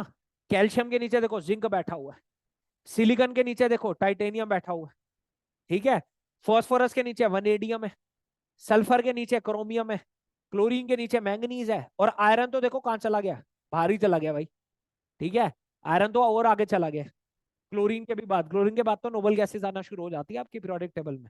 ठीक है, तो ये गलतियां क्यों हो रही है? क्योंकि उसने पैरामीटर सही सेलेक्ट नहीं कर रखा ना, उसने एटॉमिक वेट को सेलेक्ट कर रखा है, जबकि उसे क्या कंसिडर करना चाहिए था, एटॉमिक नंबर। तो आप देख सकते हो ये पीरियोडिक टेबल है। और भी ज्यादा डिफाइन कर देता हूं मैं आगे, एक और टेबल दिखा देता हूं आपको और ज्यादा क्लियर हो जाए। ये भी एक मेंडलीव ही पीरियोडिक टेबल है, अगर आप ध्यान से देखो तो ये मेंडलीव की पीरियोडिक टेबल है। और इसमें भी मैं आपको गलतियां दिखा देता हूं। देखो काफी हद तक तो इसने सही करा है। अगर आप देखो तो लिथियम है, पोटेशियम है, रबोडियम है, सीजियम है, आप देख रहे हो बिल्कुल सही अरेंज किया है इनको। ठीक है, यहाँ पे देखो बेरिलियम, मैग्नीशियम, कैल्शियम, स्ट्रोंशियम, बिल्कुल सही है। पर स्ट्रोंशियम के साथ क्या लिख दिया, कैडमियम। कैडमियम तो यहाँ आता ही नहीं है। ऊपर से आप यहाँ देख सकते हो बोरोन, एल्यूमिनियम, उसके नीचे देखो गलती कर दी, स्कैंडियम लिख दिया, स्कैंडियम, यट्रियम। तो कहीं कहीं पे क्या है, मिस्टेक्स है इसकी पीरियोडिक टेबल में भी। और वो किस वजह से आई है? क्योंकि पैरामीटर गलत सेलेक्ट हुआ है, जिसके बेसिस पे प्रॉपर्टीज की वेरिएशन देखी जा रही है। अगर ये पैरामीटर सही सेलेक्ट करता तो आपका आंसर भी सही आता। ठीक है, गलतियां तो देख ली, लेकिन फिर भी मेंडलीव की पीरियोडिक टेबल को इतना खास क्यों माना जाता है? क्योंकि इसमें ताकत थी, इसने फ्यूचर प्रिडिक्शन करी थी। फ्यूचर प्रिडिक्शन कैसे? जैसे आप देख सकते हो ऊपर वाली पीरियोडिक टेबल में दोबारा दिखा रहा हूं आपको। क्या आपको दिख रहा है पीरियोडिक टेबल में कहीं कहीं पे जगह खाली छूटी हुई है बीच में? दिख रहा है आपको व्हाइट यस व्हाइट सर। यहाँ पे ब्लॉक्स छोड़े हुए हैं, ये क्यों छोड़े हैं? Yes sir. एक्चुअली में मेंडलीव ने क्या करा, उन्होंने आगे आने वाले जो एलिमेंट है ना उनकी प्रॉपर्टी को भी प्रिडिक्ट कर दिया। ठीक है, उसने क्या बोला, एल्यूमिनियम के बाद इसी के नीचे जस्ट एक ऐसा एलिमेंट आएगा और उसकी ये प्रॉपर्टी होगी। ठीक है, सिलिकॉन के बिल्कुल नीचे अगले स्टेप पे एक ऐसा एलिमेंट आएगा और उसकी ये प्रॉपर्टी होगी। इसने पहले ही प्रिडिक्ट कर दिया था। और बाद में जब वो एलिमेंट डिस्कवर हुआ ना जो इसके नीचे बिठाना था, कौन होगा? बोरोन, एल्यूमिनियम के बाद कौन आता है? गैलियम। तो गैलियम जब मिला, फाइंड आउट हुआ, और उसकी प्रॉपर्टीज जब मेजर की गई तो एग्जैक्टली सेम प्रॉपर्टीज आई जो इसने प्रिडिक्ट कर दी थी पहले। सोचो, इसने पहले ही प्रिडिक्ट कर दिया था कि यहाँ पे आके एक एलिमेंट बैठेगा, तो इसने जगह छोड़ रखी थी उनकी खाली कि यहाँ पे पक्का एक एलिमेंट आएंगे और ऐसे एलिमेंट आएंगे जो ये वाली प्रॉपर्टी दिखाएंगे। और बाद में एलिमेंट डिस्कवर भी हुए और उनकी प्रॉपर्टीज भी मैच करी। तो काफी हद तक मेंडलीव जो था वो सक्सेसफुल रही टेबल। बात समझ आ रही है? क्लियर हो रही है बात? Yes, yes sir. सर। ठीक है, तो आप देख सकते हो ना, अगर सोचो कोई फ्यूचर प्रिडिक्शन कर दे तो आप भी उसकी बात मानने लगोगे कि हाँ भाई बहुत सही तरीके से उसने प्रिडिक्ट करा था। और मैं उसकी प्रिडिक्शन भी आपको दिखाता हूँ। ठीक है, उसकी प्रिडिक्शन यहाँ पे आप देखोगे, ये रही। अगर आप उसकी प्रिडिक्शन को ध्यान से देखो, ऑब्जर्व करो। ठीक है, सबसे पहले उसने क्या प्रिडिक्ट करा, एल्यूमिनियम के बाद एक एलिमेंट आएगा जिसका नाम उसने क्या दिया, एक्का एल्यूमिनियम। ठीक है, कि एल्यूमिनियम के बाद एक्का एल्यूमिनियम जो उसके फर्दर प्रोसीड करेगा। और ऐसे ही उसने बोला सिलिकॉन के बाद एक एलिमेंट आएगा, उसका नाम उसने दे दिया एक्का सिलिकॉन, कि जब तक उसकी नेमिंग नहीं हो रही वो एक्का सिलिकॉन होगा, एक्का एल्यूमिनियम होगा। आप देख सकते हो एक्का एल्यूमिनियम की उसने बोला एटॉमिक वेट होगा नियरली 68। और फिर बाद में कौन फाइंड आउट हुआ, गैलियम। गैलियम मिला, और गैलियम जब मिला तो उसका आप देख सकते हो बिल्कुल नियरली सेम है, 68 बोला था, 70 निकला उसका एटॉमिक वेट। दूसरी चीज, इसने बोला उसकी डेंसिटी 5.9 के अराउंड होगी, 5.9 के अराउंड ही आ रही है, आप देख सकते हो। उसने बोला उसका मेल्टिंग पॉइंट बहुत लो होगा, ठीक है, 302 के अराउंड आ रहा है। उसने बोला कि जब वो अपना ऑक्साइड बनाएगा ना तो ये फॉर्मूले के साथ बनाएगा। ठीक है, और आप देख सकते हो गैलियम भी इसी ऑक्साइड की फॉर्म में पाया गया, Ga2O3। फिर उसने बोला कि उसका जो क्लोराइड का फॉर्मूला होगा ना वो इस तरीके से होगा कि उसके साथ 3 Cl लगे होंगे, और बाद में गैलियम का भी कैसे मिला, गैलियम क्लोराइड GaCl3 ही मिला। तो आप देख रहे हो उसने काफी हद तक जो प्रॉपर्टीज प्रिडिक्ट करी वो मैच भी कर रही थी। ठीक है, तो लोगों को लगा हाँ बहुत बढ़िया पीरियोडिक टेबल है भाई, ये तो आगे की बात भी बता रहा है मैं कि आगे जो एलिमेंट्स मिलेंगे उनकी प्रॉपर्टी पहले से ही डिफाइन कर रहा है। ऐसी सिमिलर आप देख सकते हो सिलिकॉन की। सिलिकॉन के नीचे कौन आता है, जर्मेनियम। आगे आगे चल के देखेंगे हम। तो कार्बन होता है, सिलिकॉन, जर्मेनियम। ठीक है, तो जर्मेनियम की अगर आप बात कर रहे हो, ये रहा जर्मेनियम। तो आप देख सकते हो इसने प्रेडिक्ट करा 72 होगा, एटॉमिक वेट निकला कितना, 72.6, बिल्कुल नियरली सेम है। 5.5 डेंसिटी, निकली कितनी 5.36, एग्जैक्टली मैच कर रही है। ठीक है, इसने बोला हाई होना चाहिए मेल्टिंग पॉइंट पर केल्विन 1231, आपको दिख रहा है बहुत ज्यादा हाई है। आप देख रहे थे इसे लो बोला था तो 300 के राउंड था, हाई बोला है तो 1200 के राउंड है। ठीक है, इसने बोला फॉर्मूला क्या होना चाहिए EO2, और बाद में देखा तो जर्मेनियम O2 ही निकला, और फॉर्मूला होना चाहिए था क्लोराइड का ECl4, और बाद में GeCl4 ही निकला।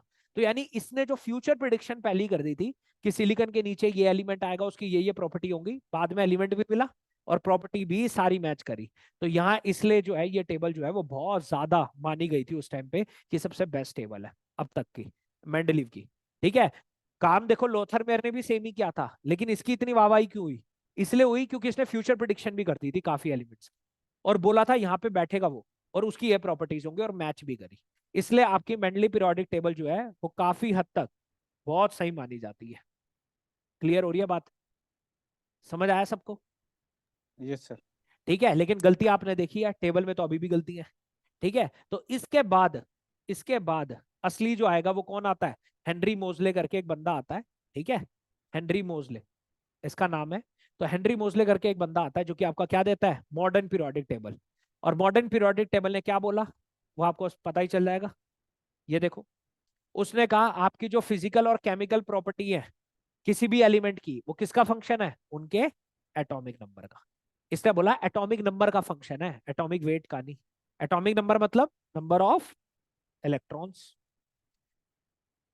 कि इलेक्ट्रॉन्स जो होंगे ना आपके, उसके साथ उसकी फिजिकल और केमिकल प्रॉपर्टी वेरी करेगी। और वो आपको पता है कि आपकी सारी बॉन्डिंग कैसे होती है किसी कंपाउंड के अंदर।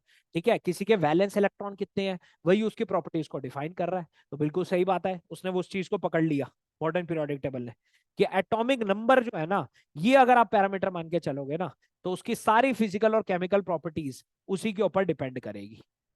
और इसके बेसिस पे फिर वो क्या लेके आए? आपकी मॉडर्न पीरियोडिक टेबल लेके आए, जो अब आप पढ़ते हो।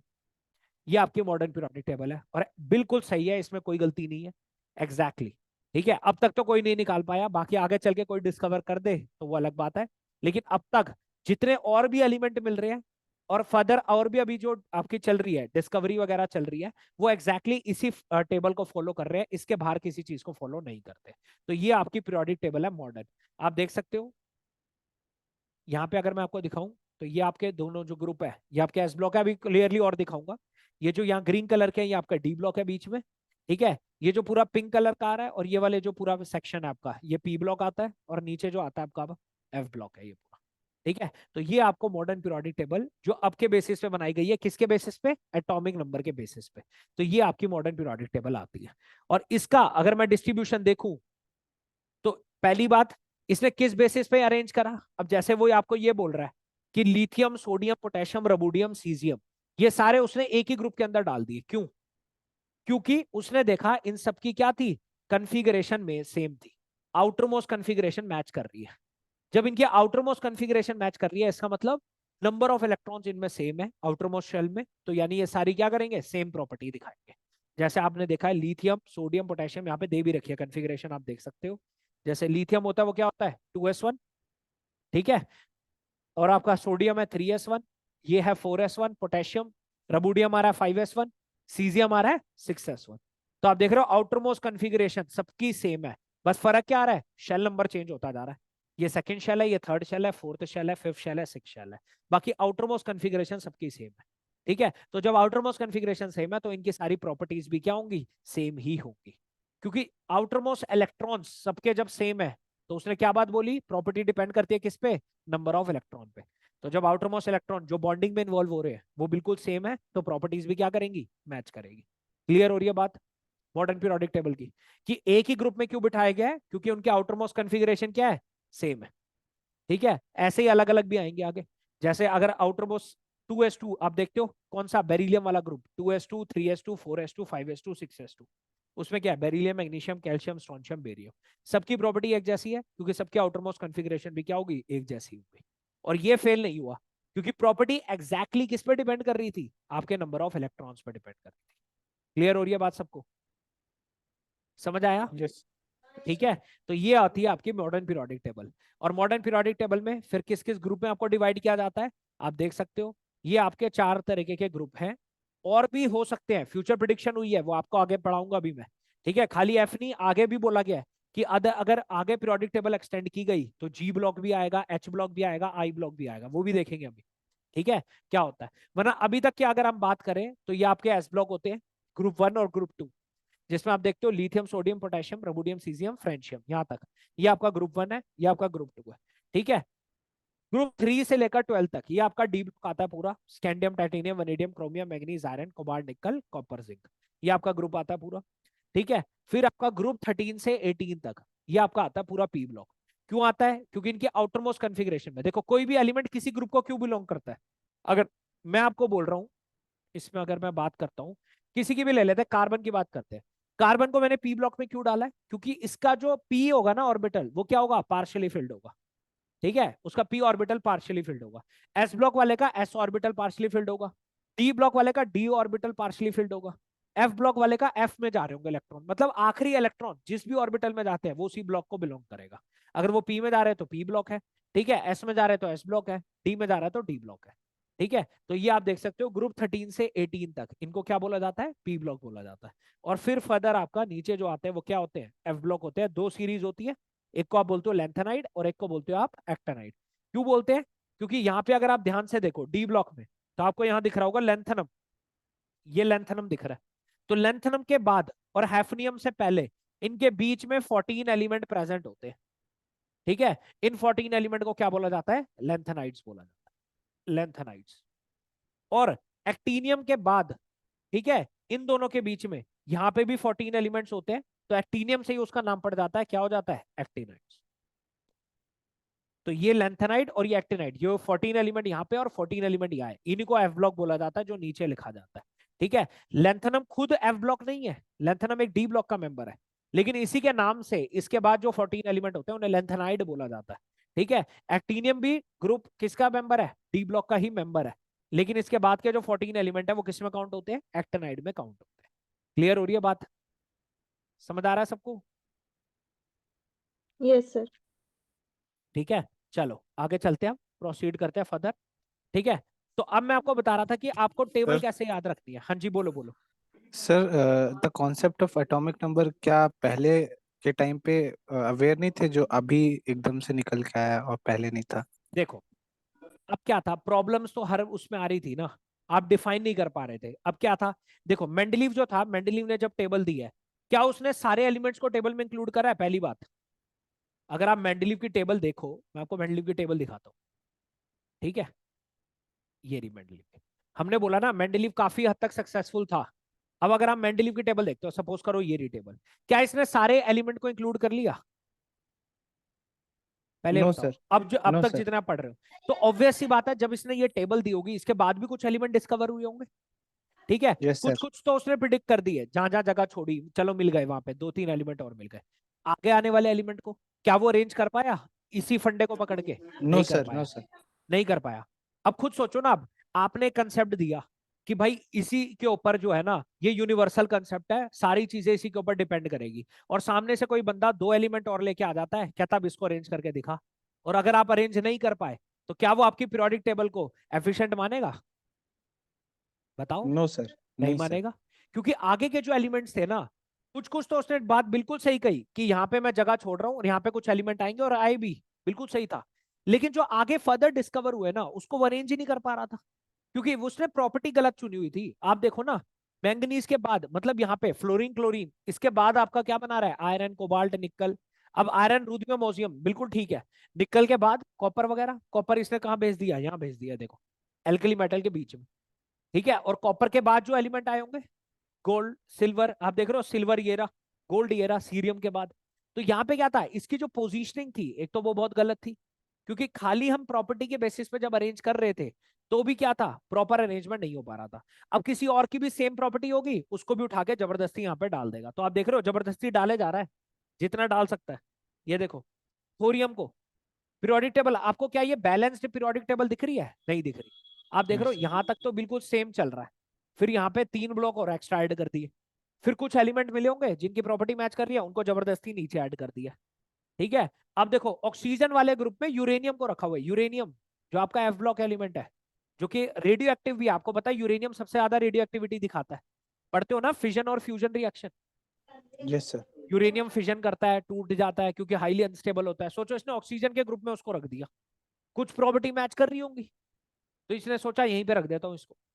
तो आप देखो ना, प्रॉपर उसने एक्सप्लेनेशन नहीं दे पा रहा था चीजों का, तो फिर क्या होता, नीड पड़ी। अब जो नया साइंटिस्ट आएगा वो तो इसकी गलतियां देखेगा ना, इसने क्या क्या चीजें गलत करी है। तो उसने सोचा होगा कि हम क्या करते हैं, अब हम किसी और पैरामीटर को चूज करके देखते हैं क्या उसके बेसिस पे हम प्रॉपर अरेंजमेंट कर पा रहे हैं एलिमेंट का। तो उसने एटॉमिक नंबर को चुना और वो अरेंजमेंट मिल भी गया उसको। फिर फर्दर आगे जो और डिस्कवर भी होते गए ना, उनकी कॉन्फ़िगरेशन में भी, इलेक्ट्रॉनिक कॉन्फ़िगरेशन में सेम चीज मिली। क्योंकि आप देखो, खुद सोचो, अगर सोडियम मैं बोल रहा हूँ 3s1 है, ठीक है, सपोज करो, पोटेशियम आ गया 4s1, तो आप अगर इलेक्ट्रॉन्स के बेसिस पे प्रॉपर्टी पढ़ रहे हो, तो जब इनकी कॉन्फ़िगरेशन सेम है तो आप क्या बोलोगे, इन दोनों की प्रॉपर्टी मैच करेगी। सही बात है, सही बात है ना ये तो। अगर इनकी आउटरमोस्ट कॉन्फ़िगरेशन सेम है तो क्या इनकी प्रॉपर्टी मैच करनी चाहिए। यस जी सर। सर। ठीक है, मैच करनी जी। चाहिए। और उसने अरेंज भी ऐसे ही किया, और आगे लोगों को क्या दिखा कि इनकी प्रॉपर्टी मैच भी कर रही थी सही में। यानी पहले जब था कि अब यहां पे देखो, अगर मैं कॉपर की इलेक्ट्रॉनिक कॉन्फ़िगरेशन देखूं, क्या वो बिल्कुल सेम आएगी लिथियम सोडियम जैसी, आएगी सेम। कॉपर की अगर कॉन्फ़िगरेशन देखोगे, क्या एस ब्लॉक जैसी सेम आएगी कॉन्फ़िगरेशन, नो सर। नो नहीं सर। आएगी। लेकिन अब क्या था, लोगों ने बोला चलो, आपने प्रॉपर्टी के बेसिस पे बोल दिया, प्रॉपर्टी आपने बोला सेम मैच कर रही है, क्या इनके एटॉमिक वेट में कोई है रिलेशन, है कोई एटॉमिक वेट में। अगर आप देखो तो इसका 39 कुछ दे रहा है और इसका 63 दे रहा है, कोई कॉम्बिनेशन है, नहीं। ना नहीं ये सर। एटॉमिक वेट में कोई रिलेशन निकाल पा रहा है, बस क्या थोड़ी सी प्रॉपर्टी मैच करी तो यहाँ पे रख दिया, बस इनफ, काम खत्म। ये तो पूरा प्रूफ दे रहा है ना आपको कि इन सबकी कॉन्फ़िगरेशन एक जैसी है, और प्रॉपर्टीज भी इस कॉन्फ़िगरेशन पे डिपेंड करती है, इसलिए इनकी प्रॉपर्टीज मैच कर रही है और आखिरी में मैच कर भी रही है। तो सोचो, जो आपको प्रूफ दे रहा है उस चीज का, रीजन दे रहा है कि इस वजह से ही हो रहा है, और इस वजह से जो आप अरेंजमेंट निकाल रहे हो वो एग्जैक्टली मैच भी कर रहा है, तो क्या ये ज्यादा ऑथेंटिक नहीं हो जाएगी इसके मुकाबले।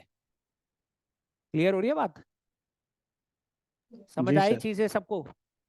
Yes sir. ठीक है, यस सर। हाँ जी। तो यहाँ पे यही बता रखा है बेसिकली। ठीक है, तो ये जो आपकी हम बात कर रहे थे, तो मैं आपको अब बताने वाला था कि आपको टेबल कैसे याद करनी है। ठीक है, तो पहले तो उस पर आ जाते। देखो, टेबल, पीरियोडिक टेबल ऐसी चीज है, अभी पेपर में तुम्हें टाइम है, ठीक है। पीरियोडिक टेबल तो देखो याद होगी तुम्हारे लिए ही बेस्ट है। सबसे पहली चीज, आपके पास क्या है, अगर आप ध्यान से पीरियोडिक टेबल को देखो तो आपकी बटी कैसे हुई है पीरियोडिक टेबल। सबसे पहले आपका एस ब्लॉक आता है, ठीक है। एस ब्लॉक कितने ग्रुप है, मुश्किल से दो है, ग्रुप 1 और ग्रुप 2। आपको क्या करना है, एक ये दो ग्रुप हो गए, बीच में क्या है, ग्रुप 3 से लेकर आपका आता है ग्रुप कौन से वाला, 12 तक, ये आता है आपका डी ब्लॉक, ये डी ब्लॉक आता है आपका, ठीक है। और अगर यहाँ पे आप कॉर्नर पे आते हो तो आता है आपका ग्रुप 13 से लेकर ग्रुप 18 तक, ये आता है आपका पी ब्लॉक, ठीक है। तो टोटल आप देखो तो 18 ग्रुप, 18 ग्रुप मतलब आपके कितने दिन हो गए, 18 दिन, ठीक है। आपको क्या करना है, एक ग्रुप को एक दिन में याद करना है, ठीक है। जैसे सपोज करो, सबसे पहले ग्रुप 1 की बात करते हैं। ग्रुप 1 में कौन कौन होता है, आपने याद कर लिया, lithium, sodium, potassium, rubidium, caesium, francium, ये आपका ग्रुप 1 है। ये आपको एक दिन में याद करना है पूरा group, lithium, sodium, potassium, rubidium, caesium, French, जैसे भी याद करो, एक दिन में एक ग्रुप याद होगा, ठीक है। नेक्स्ट दिन आपको क्या करना है, ग्रुप 2 याद करना है, उसमें कौन कौन है, beryllium, magnesium, calcium, strontium, barium, radium, ये आपका हो गया ग्रुप 2। ऐसे करते करते अगर आप 18 ग्रुप याद करते हो तो आपको 18 डेज लगेंगे, ठीक है। और फिर 18वें दिन के बाद फिर से आपको क्या करना है, ग्रुप 1 से ग्रुप 18 तक याद करना है। तो पेपर से पहले एक ग्रुप को याद करने में आप ये बताओ एक दिन में कितना टाइम जाएगा आपका, कितना टाइम ले सकते हो अगर आप इसको याद करोगे तो एक दिन में, 10 मिनट, 10 मिनट। 10 मिनट, एक दिन में आपको 10 मिनट निकालने हैं ना। तो सोचो 18 दिन में अगर आप 10-10 मिनट रोज दोगे तो आपको 18 ग्रुप याद हो जाएंगे। फिर उसके बाद 18 दिन फिर से आपको एक एक ग्रुप को देना है 10-10 मिनट, फिर से आपको याद हो जाएंगे। उसके बाद फिर 18 दिन, तो रोज के अगर आपको एक ग्रुप याद करना है, आपका कोई टाइम नहीं जाएगा और आपको पूरी पीरियोडिक टेबल याद भी हो जाएगी। बात समझ आ रही है किस तरीके से प्रोसीड करना है, जी क्लियर हो सर। रही है बात, ठीक है। और Yes. कॉन्फ़िगरेशन तो आपको वैसे ही याद हो जाएगी। अगर आपको पता है बेरिलियम, देखो फर्स्ट लाइन की तो सबको याद होती है, बेरिलियम क्या होता है 1s2 2s2, यही होता है। तो ये अगर ये 2s2 है तो सोचो अगर आपको ये पूरा ग्रुप याद है, पहले वाला 2s2 है, अगला क्या होगा 3s2, उसके अगला क्या होगा 4s2, उसके अगला क्या होगा 5s2, उसके अगला क्या होगा 6s2, उसके अगला क्या होगा 7s2। कन्फिग्रेशन नहीं लिख पाओगे? बताओ, इसमें कोई डिफिकल्टी आएगी? क्लियर हो रही है नो सर। बात? ठीक यस है, सर। इस तरीके से अगर याद करोगे तो पीरियोडिक टेबल बहुत इजी लगने लगेगी। हाँ जी बोलो, बोलो कोई डाउट? No sir. हाँ क्लियर है ना? तो आपको क्या करना है? सर हाँ एक्सक्यूज मी बोलो। सर। हाँ बोलो बोलो। सर एफ ग्रुप में जैसे हम देखते हैं कि डी और एफ ग्रुप में कॉन्फ़िगरेशन शिफ्ट हो जाता है सर।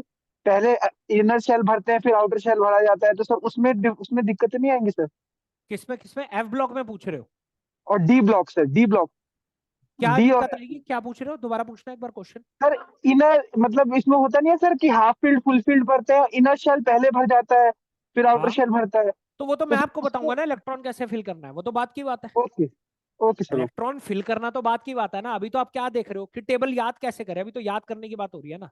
जब आप एलिमेंट याद कर लोगे, इलेक्ट्रॉन फिल करना तो बात की बात है, वो तो अभी हम सीखेंगे इलेक्ट्रॉन कैसे भरते हैं किसी भी एलिमेंट का। अगर मैं आपको रैंडम भी दे दूंगा ना, मुझे आपको दे दूंगा एटॉमिक नंबर है भाई 108, इलेक्ट्रॉन भरो जरा, भर लोगे आप आराम से, वो हम बाद में देखेंगे कैसे याद करना है। अभी हम जस्ट मैं आपको बता रहा हूं, आपको पता होना चाहिए।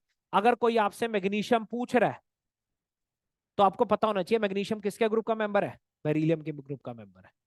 अगर कोई आपको दे रहा है फॉस्फोरस, तो आपको पता होना चाहिए फॉस्फोरस किसकी फैमिली को बिलोंग करता है, नाइट्रोजन की फैमिली को बिलोंग करता है। आपको अभी ये सारी चीजें याद होनी चाहिए पूरी पीरियोडिक, और रोज का एक ग्रुप उठाओगे, कोई मुश्किल बात नहीं है। एक्सपेक्टेड अगर मैं आपको बताऊं, देखो डी ट्रिपल एस बी भी अगर आप जाओगे, अगर तो इन्होंने जल्दी से जल्दी भी कराया पेपर, ठीक है, तो मान लो 2 या 2.5 महीने का आपके पास टाइम होगा पूरा का पूरा तैयारी करने का। और टीजीटी का इतना कोर्स ज्यादा है नहीं, बहुत वास्ट सिलेबस है नहीं, ठीक है, जो आप नहीं पढ़ सकते हो। तो 2 2.5 या 3 महीने में पेपर हो सकता है, प्रोडिक्टेबल है। कराने को इससे लेट भी कर सकता है, जल्दी तो बहुत कम चांस है, क्योंकि अभी तो इसकी शुरू हो जाएंगे अभी, ठीक है, फेब में तो इसकी क्या होनी है, रजिस्ट्रेशन ही शुरू है, मार्च तक तो इसकी सर रजिस्ट्रेशन जाएगी। हाँ बोलो। सर इलेक्शंस भी हैं बीच में तो उस वजह से भी ऑल्टर होंगे। हाँ ऑल्टर कर सकता है, मेन बात वही है ना, इलेक्शंस की ही मेन बात है, जिसकी वजह से हो सकता है थोड़ा बहुत इधर ऑल्टर होना तो बहुत कम चांसेस है, बाद के ऑल्टर होने के ज्यादा चांस है। देखो पीजीटी है, देखो अब जैसे पीजीटी का एग्जाम जो हो रहा है, उसके एग्जाम अभी है फेब में, फेब तक तो भर जाएंगे उसके फॉर्म, तो उसके जल्दी होने के चांसेस हो सकते हैं इलेक्शन से पहले। लेकिन अगर मार्च तक ही आपके फॉर्म जा रहे हैं भरने के लिए, तो आपको कम से कम 1 2 महीने का टाइम तो वो देगा पढ़ने के लिए। ऐसा तो है नहीं कि वी फॉर्म भरा और अगले महीने आपका एग्जाम हो जाएंगे, इतनी प्रिडिक्शन कम, मतलब मुश्किल ही है चांसेस। बाकी अगर इलेक्शन है तो ऑल्टर हो सकता है, इलेक्शन के बेसिस पे कुछ नहीं कह सकते। फिर भी आपके पास इनफ टाइम है, आपकी तैयारी हो जाएगी, सिलेबस इसका इतना ज्यादा नहीं है टीजीटी का, ठीक है। जनरल की और रेगुलर मैंने आपको वैसे ही बताया, जेट की क्लासेस कंबाइन चलेगी आपकी, कोई दिक्कत वाली बात है नहीं। क्लियर हो रहा है सबको? ठीक है, चले आगे, प्रोसीड करें फर्दर। जी सर। ठीक है चलो, अब वापस आ जाते हैं। ठीक है, तो हम देख रहे थे मॉडर्न पीरियोडिक टेबल, और अब मॉडर्न पीरियोडिक टेबल तक पहुंच गए थे। हमने देख लिया था कि क्या गलतियां करी थी मेंडलीव ने, और काफी हद तक मेंडलीव सही भी था। तो उसकी ये प्रॉपर्टीज भी आपको पता होनी चाहिए। जैसे वो आपसे पूछ सकता है इनमें से कौन सा साइंटिस्ट था जिसने प्रिडिक्ट कर दिया था, फ्यूचर प्रिडिक्शन कर दी थी, तो आपको पता होना चाहिए मेंडलीव था वो, जिसने कुछ एलिमेंट्स की फ्यूचर प्रिडिक्शन करी थी। ठीक है, तो आपसे पूछा जा सकता है। नेक्स्ट, अब हम मॉडर्न पीरियोडिक टेबल की बात कर रहे हैं, और मॉडर्न पीरियोडिक टेबल में मैंने आपको बता दिया है उसने किस तरीके से प्लेस करा था हर एलिमेंट को सेम ग्रुप में, जिनकी भी आउटर मोस्ट कॉन्फ़िगरेशन सेम है उनको एक ही ग्रुप के अंदर उसने डाल दिया था। ठीक है, तो उसने देखा भाई इसके आउटर मोस्ट आप देख रहे हो 2s1 3s1 4s1 5s1 6s1, बिल्कुल सेम दिखा रहा है आउटर मोस्ट कॉन्फ़िगरेशन, तो इनको एक ही ग्रुप के अंदर डाल दिया। ठीक है, इस तरीके से उसने प्लेस करना शुरू करा था, और एग्जैक्टली काफी हद तक क्या बिल्कुल सही है, अभी तक हम यही मान रहे हैं पीरियोडिक टेबल, तो इसने काफी हद तक उनको सही अरेंज की। और मैंने आपको ब्लॉक्स बता दिए, डिफरेंट डिफरेंट ब्लॉक्स है, और इन ब्लॉक्स के कॉरस्पॉन्डिंग अब हम कन्फिग्रेशन देखेंगे कि कन्फिग्रेशन क्या होती है। अगर हम बात करते हैं एस ब्लॉक की, देखो मैंने आपको पहले ही बताया था, आपको कैसे पता कोई एलिमेंट एस ब्लॉक को बिलोंग करेगा, अगर उसका आउटर मोस्ट इलेक्ट्रॉन किस में जा रहा है, एस ब्लॉक में जा रहा है। ठीक है, तो अगर आप एस ब्लॉक की कन्फिग्रेशन पढ़ते हो तो उसको कैसे लिखा जाता है, NS1 से लेकर 2। ठीक है, क्योंकि मैक्सिमम आपको पता है एस में आप कितने इलेक्ट्रॉन भर सकते हो, 2 ही भर सकते हो। ठीक है, एस ऑर्बिटल कितने होते हैं, एक ही होता है ना एस ऑर्बिटल, इतना तो पता है यस ना सर। सबको। S yes. ऑर्बिटल एक ही होता है, और कैसा होता है, स्फेरिकल होता है। ठीक है, थोड़ा बहुत मैं आपको बता देता हूँ, अगर इसके ऑर्बिटल्स के आपको नॉलेज चाहिए थोड़ा बहुत मैं विजुअल बता देता हूँ आपको। ठीक है, किस तरीके से होता है आप ड्रॉ कर सकते हो ताकि आपको आइडिया हो। अगर मैं बात करूं एस ब्लॉक की, ठीक है, तो एस ऑर्बिटल कितने होते हैं, एक ही होता है। ठीक है, वो कैसा होता है, स्पेरिकल होता है एस ऑर्बिटल। ठीक है, स्पेरिकल बोला जाता है, एक ही ऑर्बिटल होता है। तो पी ऑर्बिटल की, पी ऑर्बिटल कितने होते हैं, तीन होते हैं पी ऑर्बिटल। कौन कौन से, एक होता है पी एक्स, एक होता है पी वाई, और एक होता है आपका पी जेड। ठीक है, P X P Y P Z, तीन आपके ऑर्बिटल होते हैं पी ऑर्बिटल। पी एक्स क्या होगा, आपको पता है आपकी तीन एक्सेस होती है, एक होती है आपकी एक्स एक्सिस, एक होती है आपकी वाई एक्सिस, और एक होती है आपकी जेड एक्सिस। जोन सा पी ऑर्बिटल एक्स एक्सिस के लॉन्ग होगा उसे क्या बोल दोगे, पी एक्स। जोन सा पी ऑर्बिटल वाई एक्सिस के लॉन्ग होगा उसे क्या कह देंगे, पी वाई। जोन सा ऑर्बिटल जेड एक्सिस के लॉन्ग होगा उसे क्या बोल देंगे, पी जेड। तो ये तीन आपके क्या होते हैं, पी ऑर्बिटल होते हैं, P X P Y P Z. और इनकी शेप को क्या बोलते हो आप, डंबल। जैसे आप जिमिंग करते हो तो वहां पे डंबल उठाते हैं, बिल्कुल एग्जैक्टली इसकी शेप होती है। ठीक है, तो तीन आपके पी ऑर्बिटल होते हैं, एस ऑर्बिटल आपका एक होता है। इतनी बात क्लियर है, पहले बताओ समझ आ रहा है इतना। Yes sir. ठीक है, और डी ब्लॉक आपके कितने होते हैं, डी ऑर्बिटल अगर देखा जाए तो डी ऑर्बिटल कितने होते हैं आपके टोटल, पांच होते हैं। पांच डी पांच ऑर्बिटल आपके कितने होते हैं, पांच होते हैं। लेकिन वैसे ये पांच कैसे होते हैं, एक जैसे ही होते हैं। ठीक है, पांचों की एनर्जी बिल्कुल बराबर होती है, लेकिन थोड़ा सा इनमें डिफरेंस होता है पांचों में।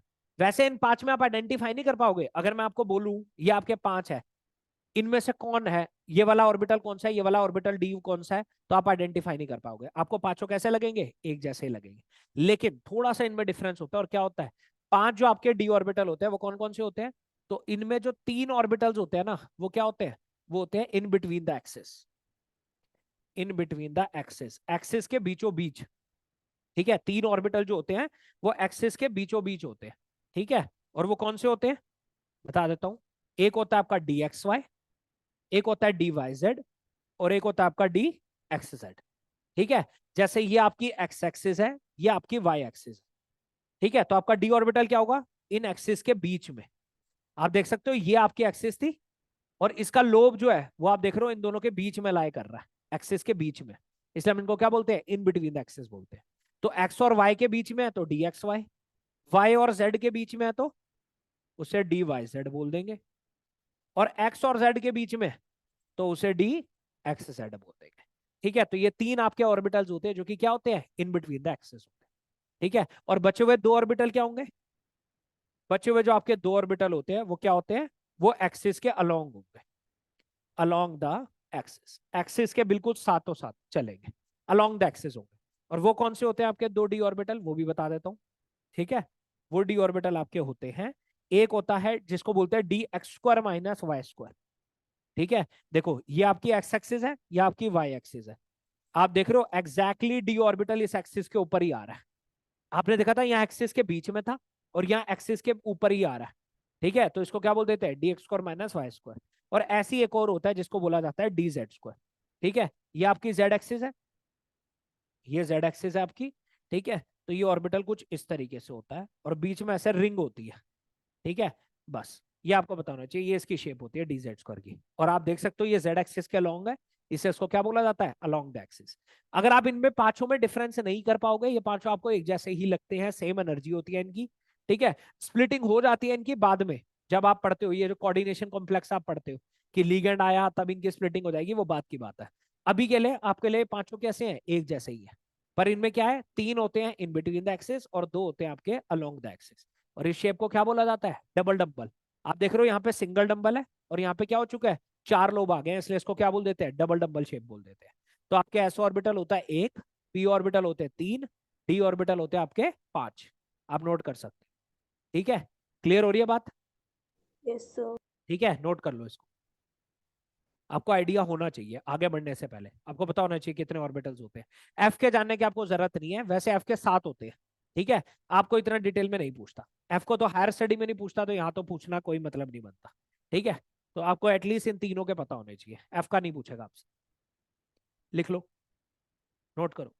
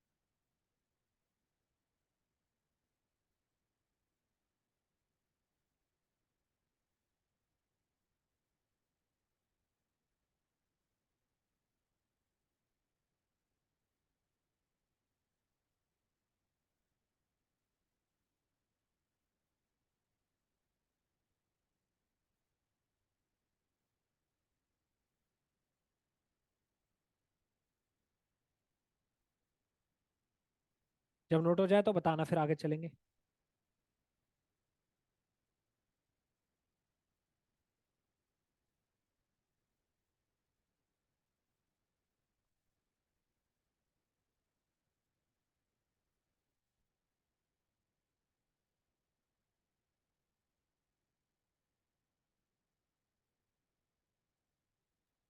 सर ऐप पे भी क्लासेस जूम के थ्रू ही चलेंगी क्या?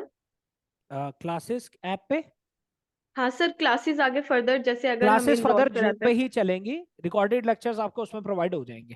क्लासेस ऐसी चलेंगी, लाइव सेशंस ही चलेंगे आपके। और सर मॉर्निंग में रहेंगे सेशन या इवनिंग में? वो बाद में डिसाइड हो जाएगा आपका, जैसे भी आपका शेड्यूल बनेगा वो आपको पता चल जाएगा। ठीक है, ठीक बाकी है। आप ऑफिस में कांटेक्ट कर सकते हो इसके रिगार्डिंग कि कैसे आगे का शेड्यूल रहेगा। अभी तो आपकी डेमो ही लग रही है। ठीक है, तो 2-3 दिन का तो आपका डेमो ही चलेगा। अभी अलग अलग टीचर्स आपको पढ़ाएंगे, आप डेमो देखो।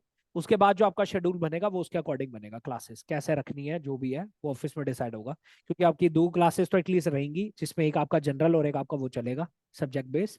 ठीक है, तो ये क्लासेस आपकी लगेंगी। टाइमिंग जो होगा वो आपका सुटेबल ही होगा, उसकी टेंशन मत लेना। ठीक है। ठीक है सर। नोट करो, फिर आगे चलेंगे। नेक्स्ट। डन। Yes sir. चलो, यह मैंने थोड़ा बहुत ऑर्बिटल का आपको आइडिया दे दिया, आपको पता होना चाहिए। ठीक है, चलो आगे चल रहे थे तो हम देख रहे थे मॉडर्न पे, और फिर हम बात कर रहे थे इस पे। तो हमने बोला था कि भाई एस ऑर्बिटल है, तो एस ऑर्बिटल की कॉन्फ़िगरेशन क्या होती है? आउटर मोस्ट एन तो आपका शेल बताता है कि कौन सा शेल है, कि 1s है, 2s है, 3s है। तो हमने क्या बोला? एन एस, और एस में आप मैक्सिमम कितने इलेक्ट्रॉन डाल सकते हो? 2 ही डाल सकते हो, क्योंकि एक ही ऑर्बिटल है। तो यानी 1 से लेकर 2 इलेक्ट्रॉन तक डाल सकते हैं इसमें। ठीक है, तो ये आपकी क्या हो जाती है? जनरल, जनरल बता रहा हूं, इलेक्ट्रॉनिक कॉन्फ़िगरेशन है किसकी? एस ऑर्बिटल की, एस ब्लॉक वालों की। अगर मैं NS1 की बात करूं, बता सकते हो कौन सा ब्लॉक है ये? NS1, ये जनरल कॉन्फ़िगरेशन है किस ब्लॉक की? इस ब्लॉक की। एस ब्लॉक की तो है, ऑब्वियस ही बात है, पर कौन सा सर ब्लॉक? हाइड्रोजन, हाइड्रोजन वाला। हाँ, हाइड्रोजन नहीं, हाइड्रोजन को तो भूल जाओ सर अभी। First first. फर्स्ट ग्रुप जो आपका लिथियम फैमिली होती है, lithium, sodium, potassium, rubidium, caesium. क्योंकि आप देखते हो लिथियम क्या होता है? 2s1। ठीक है, फिर आएगा आपका कौन? Sodium, 3s1, 4s1, 5s1। तो आप देख रहे हो NS1 जैसी कॉन्फ़िगरेशन फॉलो हो रही है। ठीक है, और अगर मैं NS2 कर दूं तो ये कौन सी ग्रुप की कॉन्फ़िगरेशन है? Sir second. सेकंड, आपका जो बेरिलियम फैमिली है पूरी, beryllium, magnesium, calcium, strontium, barium, ये। ठीक है, तो यानी NS 1 से लेकर 2 इलेक्ट्रॉन तक आप भर सकते हो। तो ये आपकी आउटर मोस्ट कॉन्फ़िगरेशन होती है किसकी? एस ब्लॉक की। ठीक है, नेक्स्ट। ये तो बात हो गई एस ब्लॉक की। अगर मैं बात करता हूं पी ब्लॉक की, ठीक है, अगर हम बात करते हैं पी ब्लॉक की, तो पी ब्लॉक में तो क्या होता है? एस तो पूरा फिल्ड होगा। ठीक है, एस तो पूरा फिल्ड होगा। आगे जो पी ब्लॉक है, पी ब्लॉक में आपको पता है कितने इलेक्ट्रॉन जा सकते हैं? पी में 3 ऑर्बिटल है, हर ऑर्बिटल में 2 इलेक्ट्रॉन जा सकते हैं। तो यानी टोटल कितने इलेक्ट्रॉन जा सकते हैं? 6। यानी पी में 1 से लेकर 6 इलेक्ट्रॉन तक जा सकते हैं। ठीक है, तो ये आपकी कॉन्फ़िगरेशन रहती है किसकी? पी ब्लॉक एलिमेंट की। अगर मैं बात कर दूं NS2 NP1, बता सकते हो कौन सा ग्रुप है ये? NS2 NP1 किस ग्रुप की होती है? कार्बन। बोरोन। बोरोन क्या होता है? 1s2 2s2 2p1, ये होता है बोरोन। और इसी के नीचे एल्यूमिनियम क्या हो जाता है? 3s2 3p1। उसके नीचे गैलियम क्या हो जाता है? 4s2 4p1। ठीक है, तो ऐसे 5s2 5p1, 6s2 6p1, सबकी देख रहे हो एक जैसी कॉन्फ़िगरेशन है। ठीक है, तो यानी NS2 NP1 ये आपकी कॉन्फ़िगरेशन आ जाती है किसकी? बोरोन फैमिली की। अगर मैं NP2 कर दूं तो कार्बन फैमिली की हो जाएगी। NP3 कर दूं तो नाइट्रोजन फैमिली, उसी के बाद। ठीक है, और NP4 कर दूं तो ऑक्सीजन फैमिली जो उसके नेक्स्ट होती है। NP5 हो जाएगी तो उसके नेक्स्ट फैमिली कौन सी? हेलोजन्स आपके, फ्लोरीन, क्लोरीन, ब्रोमीन। और NP6 कर दूं तो कौन आ जाएंगे आपके? हेलोजन्स आ जाते, ओ सॉरी, नोबल गैसेस आ जाती है, जो आपकी helium, neon, argon, krypton, xenon है। ठीक है, तो बेसिकली ग्रुप 13 से लेकर ग्रुप 18 तक की ये कॉन्फ़िगरेशन रिप्रेजेंट करने का तरीका होता है, दैट इज NS2। और NP में आप 1 से लेकर 6 इलेक्ट्रॉन तक डालोगे तो ये कॉन्फ़िगरेशन जो होगी वो किसकी होगी? पी ब्लॉक की होगी। इतनी बात समझ आ रही है सबको? क्लियर हो रहा है? यस। ठीक है, तो ये हमने बात कर ली किसकी? पी ब्लॉक की बात कर ली। ठीक है, सिमिलर तरीके से अगर मैं बात करता हूं डी ब्लॉक की, ठीक है, तो डी ब्लॉक की कॉन्फ़िगरेशन कैसे होती है? देखो, एस ऑर्बिटल में या तो एक भी इलेक्ट्रॉन नहीं जाएगा, या मैक्सिमम कितने जाएंगे, 1 इलेक्ट्रॉन जाएगा। ठीक है, या तो एक भी इलेक्ट्रॉन नहीं जाएगा, या मैक्सिमम कितने जाएंगे, 1, 1 या 2 तक जा सकते हैं इलेक्ट्रॉन। ठीक है, और अगर मैं बात करूं डी ऑर्बिटल की, जो इससे अंदर वाला शेल होता है, तो डी में कितने जाएंगे, आपको पता है 10 इलेक्ट्रॉन तक जा सकते हैं। ये इसकी कॉन्फ़िगरेशन रहती है। तो ऐसे इन्होंने एस की रिस्पेक्ट में क्यों लिखा है, क्योंकि अगर आप पढ़ो ध्यान से, स्कैंडियम क्या होता है, स्कैंडियम होता है 4s2 3d1। ठीक है, आप देख सकते हो एस पूरा भरा हुआ है, और उसके अंदर वाला एन है ना, n-1 है, उसके अंदर वाला जो डी ऑर्बिटल है वो क्या है, उसमें एक इलेक्ट्रॉन है। स्कैंडियम के बाद अगर आप बात करते हो टाइटेनियम, क्या हो जाता है 4s2 3d2। ठीक है, उसके बाद टाइटेनियम के बाद कौन आता है, वनेडियम, वो हो जाता है 4s2 3d3। उसके बाद कौन आता है, क्रोमियम। तो आपने सुना भी होगा क्रोमियम क्या होता है वैसे, 4s2 3d4। लेकिन लेकिन लेकिन लेकिन क्रोमियम हाफ फिल्ड करने के चक्कर में क्या कर देता है, 4s1 3d5, half filled configuration आ जाती है। तो आपने देखा अभी तक तो एस में 2 इलेक्ट्रॉन जा रहे थे। ठीक है, अभी तक एस में 2 इलेक्ट्रॉन जा रहे थे, लेकिन क्रोमियम के केस में एस में कितना आ गया, 1 इलेक्ट्रॉन आ गया। इसलिए हम क्या बोलते हैं कि एनएस में 1 से लेकर 2 इलेक्ट्रॉन तक, जीरो इसलिए बोला, देखो जीरो क्यों बोला, जीरो इसलिए बोला, हम बोलते हैं कोई भी चीज किसी भी ब्लॉक को कब इंक्लूड करती है, जब या तो वो अपनी न्यूट्रल स्टेट में या किसी भी आयनिक स्टेट में, यानी जब वो आयंस की फॉर्म में है तब भी इलेक्ट्रॉन उसी ऑर्बिटल में जा रहा है, तब हम क्या बात करते हैं, वो उसी ब्लॉक का मेंबर है। जैसे फॉर एग्जांपल अगर मैंने क्रोमियम की बात करी है, तो क्रोमियम क्या है, 3d5 4s1 है। अभी क्या हो रहा है, आप देख रहे हो एस में 1 इलेक्ट्रॉन गया, डी में 5 गया। अगर मैं बात करूं क्रोमियम +2, क्रोमियम पे मैंने 2 पॉजिटिव चार्ज दे दिया, मतलब 2 इलेक्ट्रॉन निकाल लिए। तो 2 इलेक्ट्रॉन निकलेंगे कहां से, ये वाला इलेक्ट्रॉन निकल जाएगा 4s वाला, और 3d में से कितने इलेक्ट्रॉन निकल जाएंगे, एक, एक वो चला गया और डी में से एक चला गया, कितना बचा 3d4। क्या अब इसमें 4s में 0 इलेक्ट्रॉन नहीं हो गए, लेकिन अभी भी डी क्या हो रहा है, हाफ फिल्ड है, तो हम क्या बोलेंगे, ये भी एक डी ब्लॉक का एलिमेंट है। ठीक है, तो यानी आपका जो एस है उसमें 0 से लेकर 2 इलेक्ट्रॉन हो सकते हैं, लेकिन आपका जो डी है उसके अंदर वाला, उसमें 1 से लेकर अगर 10 इलेक्ट्रॉन है, तो आप क्या बोलोगे, ये जनरल कॉन्फ़िगरेशन है किसकी, डी ब्लॉक एलिमेंट की। बात समझ आ रही है, क्लियर हो रहा है, क्लियर हुआ सबको, कोई डाउट इसमें, सबको क्लियर है यस कॉन्फ़िगरेशन। सर। ठीक है, और ऐसे फिर हम किसकी बात करते हैं, एफ ब्लॉक की कॉन्फ़िगरेशन की बात करते हैं। ठीक है, कि एफ ब्लॉक जो होता है उसमें क्या होता है, एस तो पूरा भरा होता है, उसके अंदर वाला जो डी ऑर्बिटल होता है उसमें ज्यादा से ज्यादा या तो इलेक्ट्रॉन नहीं होंगे या मैक्सिमम 1 इलेक्ट्रॉन होगा। ठीक है, और उसके जो अंदर वाला एफ ऑर्बिटल होता है उसमें 1 से लेकर 14 तक इलेक्ट्रॉन जाएंगे। ये जनरल कॉन्फ़िगरेशन होती है किसकी, एफ ब्लॉक की। अब देखो ध्यान से सुनना, सबसे पहला कौन होता है, सीरियम, सीरियम होता है सबसे पहला, लैंथेनाइड। ठीक है, इसकी कॉन्फ़िगरेशन क्या होती है, इसकी अगर मैं बात करूंगा ना, तो ये हो जाता है 6s2 और आना चाहिए था 4f2, ये इसकी कॉन्फ़िगरेशन होनी चाहिए थी। लेकिन सीरियम जो होता है वो एक्सेप्शन केस होता है, वो कॉन्फ़िगरेशन बनाता है क्या, वो बनाता है 4f1 5d1, एक इलेक्ट्रॉन डी में चला जाता है, और 6s2। ठीक है, लेकिन इसके अगला मेंबर जो है, ठीक है, वो होता है पीआर, वो होता है आपका 4f3 6s2। तो आप देख रहे हो 6s तो हर केस में भरा हुआ है, लेकिन किसी केस में डी में भी इलेक्ट्रॉन जा रहा है, और ज्यादा से ज्यादा कितना जा रहा है, एक ही जा रहा है।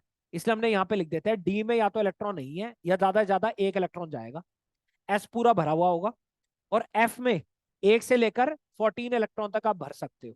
तो ये कॉन्फ़िगरेशन जो फॉलो करता है वो किसको बिलोंग करेगा, एफ ब्लॉक एलिमेंट को बिलोंग करेगा। तो ये उनकी जनरल कॉन्फ़िगरेशन होती है कि एस कंप्लीटली फिल्ड है, डी में एक या मैक्सिमम एक इलेक्ट्रॉन जा सकता है या नहीं होगा, और एफ में 1 से लेकर अगर 14 तक भरे हुए हैं तो हम उसको क्या कंसीडर करेंगे, एफ ब्लॉक एलिमेंट कंसीडर करेंगे। तो वो क्या कर सकता है, आपसे पूछ सकता है एफ ब्लॉक की जनरल कॉन्फ़िगरेशन क्या है, तो 4 ऑप्शन देगा, आपको जनरल कॉन्फ़िगरेशन आइडेंटिफाई करनी होगी। क्लियर हो रही है बात, तो ये चारों ब्लॉक की जनरल कॉन्फ़िगरेशन है जो आपको याद होनी चाहिए। क्लियर हो रहा है सबको, समझ आया, यस सर। ठीक है, चलो ये तो हमने जनरल कॉन्फ़िगरेशन देख लिया, और चारों की लिखी भी हुई है तो आप याद कर सकते हो, इसमें कुछ नहीं है। ठीक है, अब इसके बाद आता है नेमिंग करना। अब क्या था, देखो पहले क्या थे, पहले कुछ एलिमेंट्स मिल चुके थे जिनके नाम हो चुका था, अब क्या था, बाद में भी कुछ एलिमेंट्स मिलने शुरू हुए। अब जब तक उनका फाइनल नेमिंग नहीं रखी जाती थी, जब तक उनका नामकरण नहीं होता था, तब तक उनको नेमिंग करने का आईयूपैक ने एक तरीका दिया था। IUPAC नोमेनक्लेचर आपने सुना भी होगा। IUPAC जो है वो सबकी नेमिंग करने का तरीका देता है। तो उसने नेमिंग करने का तरीका क्या दिया वो मैं आपको अभी दिखाऊंगा। ठीक है, पहले तो आपको ये टेबल पता होनी चाहिए कि जीरो जब जहां जीरो है, जीरो मतलब क्या है, निल, निल नेमिंग देंगे। 1 मतलब है उन, 2 मतलब है बाय, 3 मतलब है ट्राई, 4 मतलब क्वाड, क्वाड नेमिंग देनी है, 5 मतलब पेंट, ठीक है, 6 मतलब हेक्स, 7 मतलब सेप्ट, ठीक है, 8 मतलब ऑक्ट, और 9 मतलब एन। ये नेमिंग आपको करनी है अगर आप ये नंबर पर्टिकुलर्स देखते हो तो। ठीक है, तो ये कुछ नंबर्स हैं आपके, ये नंबरिंग आपको पता होनी चाहिए कि 0 अगर होगा तो निल लिखेंगे, 1 होगा तो उन, 2 होगा तो बाय, 3 होगा तो ट्राई, 4 होगा तो क्वाड, 5 होगा तो पेंट। ठीक है, और शॉर्ट में कैसे लिखना है, निल होगा तो एन लिखोगे, उन होगा तो यू, बाय होगा तो बी, ट्राई होगा तो टी, क्वाड होगा तो क्यू जो इनका पहला लेटर है, पेंट पी होगा तो पी, हेक्स होगा तो एच, सेप्ट में एस, ऑक्ट में ओ, एन में ई। ठीक है, अब ये नेमिंग करनी कैसे है, ठीक है, बहुत इजी तरीका है, ध्यान से सुनना और क्लियर हो जाएगा उससे नेमिंग कैसे करते हैं। ठीक है, अगर मैं नोमेनक्लेचर की बात कर रहा हूं नेमिंग करने के तरीके, तो कैसे करेंगे, सपोज करो आपका एलिमेंट है क्या, 108, ठीक है, 108 है और आपको इसकी नेमिंग करनी है, कैसे करेंगे, थोड़ा इसको जूम कर देता हूं और ताकि आपको नेमिंग भी दिखती रहे और हम इसकी नेमिंग भी कर देंगे। जैसे सपोज करो आपका क्या आ रहा है 108, इसकी आपको नेमिंग करनी है। देखो सबसे पहले कौन आ रहा है, 1, 1 को क्या लिखोगे, उन, ठीक है, 1 को क्या लिख सकते हैं, उन लिख सकते हैं, ठीक है, फिर आ रहा है 0, 0 को क्या लिखोगे, निल, निल, फिर आ रहा है 8, 8 को क्या लिखोगे, ऑक्ट, ऑक्ट, और लास्ट में आप क्या लगा दोगे, ईएम लगा दोगे, ईएम, ठीक है, ईएम सफिक्स लगाना है, तो क्या नाम हो जाएगा, उन निल ऑक्टियम। ये किसका नाम हो गया, जिसका एटॉमिक नंबर है कितना, 108। ये नेमिंग करने का तरीका है। ठीक है, जैसे फॉर एग्जांपल एक और ले लेते हैं, 168, सपोज करो आपको इसकी नेमिंग करनी है। 1 मतलब 1 क्या हो गया, उन हो गया, ठीक है, 6 मतलब क्या था, हेक्स, हेक्स, 8 मतलब क्या था, ऑक्ट, ऑक्ट, और लास्ट में हम क्या लगा देंगे, ईएम, तो नाम क्या पड़ गया, उन हेक्स ऑक्टियम। ये किसका नाम हो गया, 168 का। बात समझ आ रही है, नेमिंग समझ आ रही है किस तरीके से करनी है। Yes sir, yes sir. ठीक है, तो सबसे पहले उनके जो भी उन्होंने यहाँ पे पैरामीटर लिखे हुए हैं पहले वो लिखने हैं और लास्ट में ईएम ऐड कर देना, तो ये क्या हो जाएगा, उसकी पूरी नेमिंग बन जाती है। ठीक है, इस तरीके से IUPAC ने बोला था कि नेमिंग करनी है। ठीक है, तो आप देख रहे हो, और इनको शॉर्ट में कैसे लिखना है, जैसे मैंने अभी आपको बताया ना 108 है, उन है, उनका क्या लिखा हुआ था, यू, तो यू लिखेंगे। ठीक है, 0 के लिए क्या यूज करना था, निल, एन, एन, ठीक है, और 8 के लिए क्या था, ऑक्ट, ऑक्ट के लिए क्या यूज करते हैं, ओ, ओ, तो ये हो गया इसका लिखने का तरीका, ये इसका सिंबल हो गया। तो उन निल ऑक्टियम इसको ऐसे लिखा जाएगा। ऐसे 168 को कैसे लिखोगे अब तुम बताओगे, 1 को क्या लिखूंगा, UN यू, 6 को, 6 को सर H एच, एच लिखना है ना, एच, और ऑक्टियम को 8 को कैसे लिखेंगे, ओ, तो इस ओ, तरीके से ये क्या हो जाएगा, इसका सिंबल बन जाएगा, उन हेक्स ऑक्टियम। तो ये इसका सिंबल है और ये इसकी नेमिंग है। इस तरीके से IUPAC नेमिंग करता है। जैसे फॉर एग्जांपल कुछ भी दे देता हूं मैं आपको, कोई भी देख लेते हैं, 124, बताओ क्या नाम होना चाहिए इसका,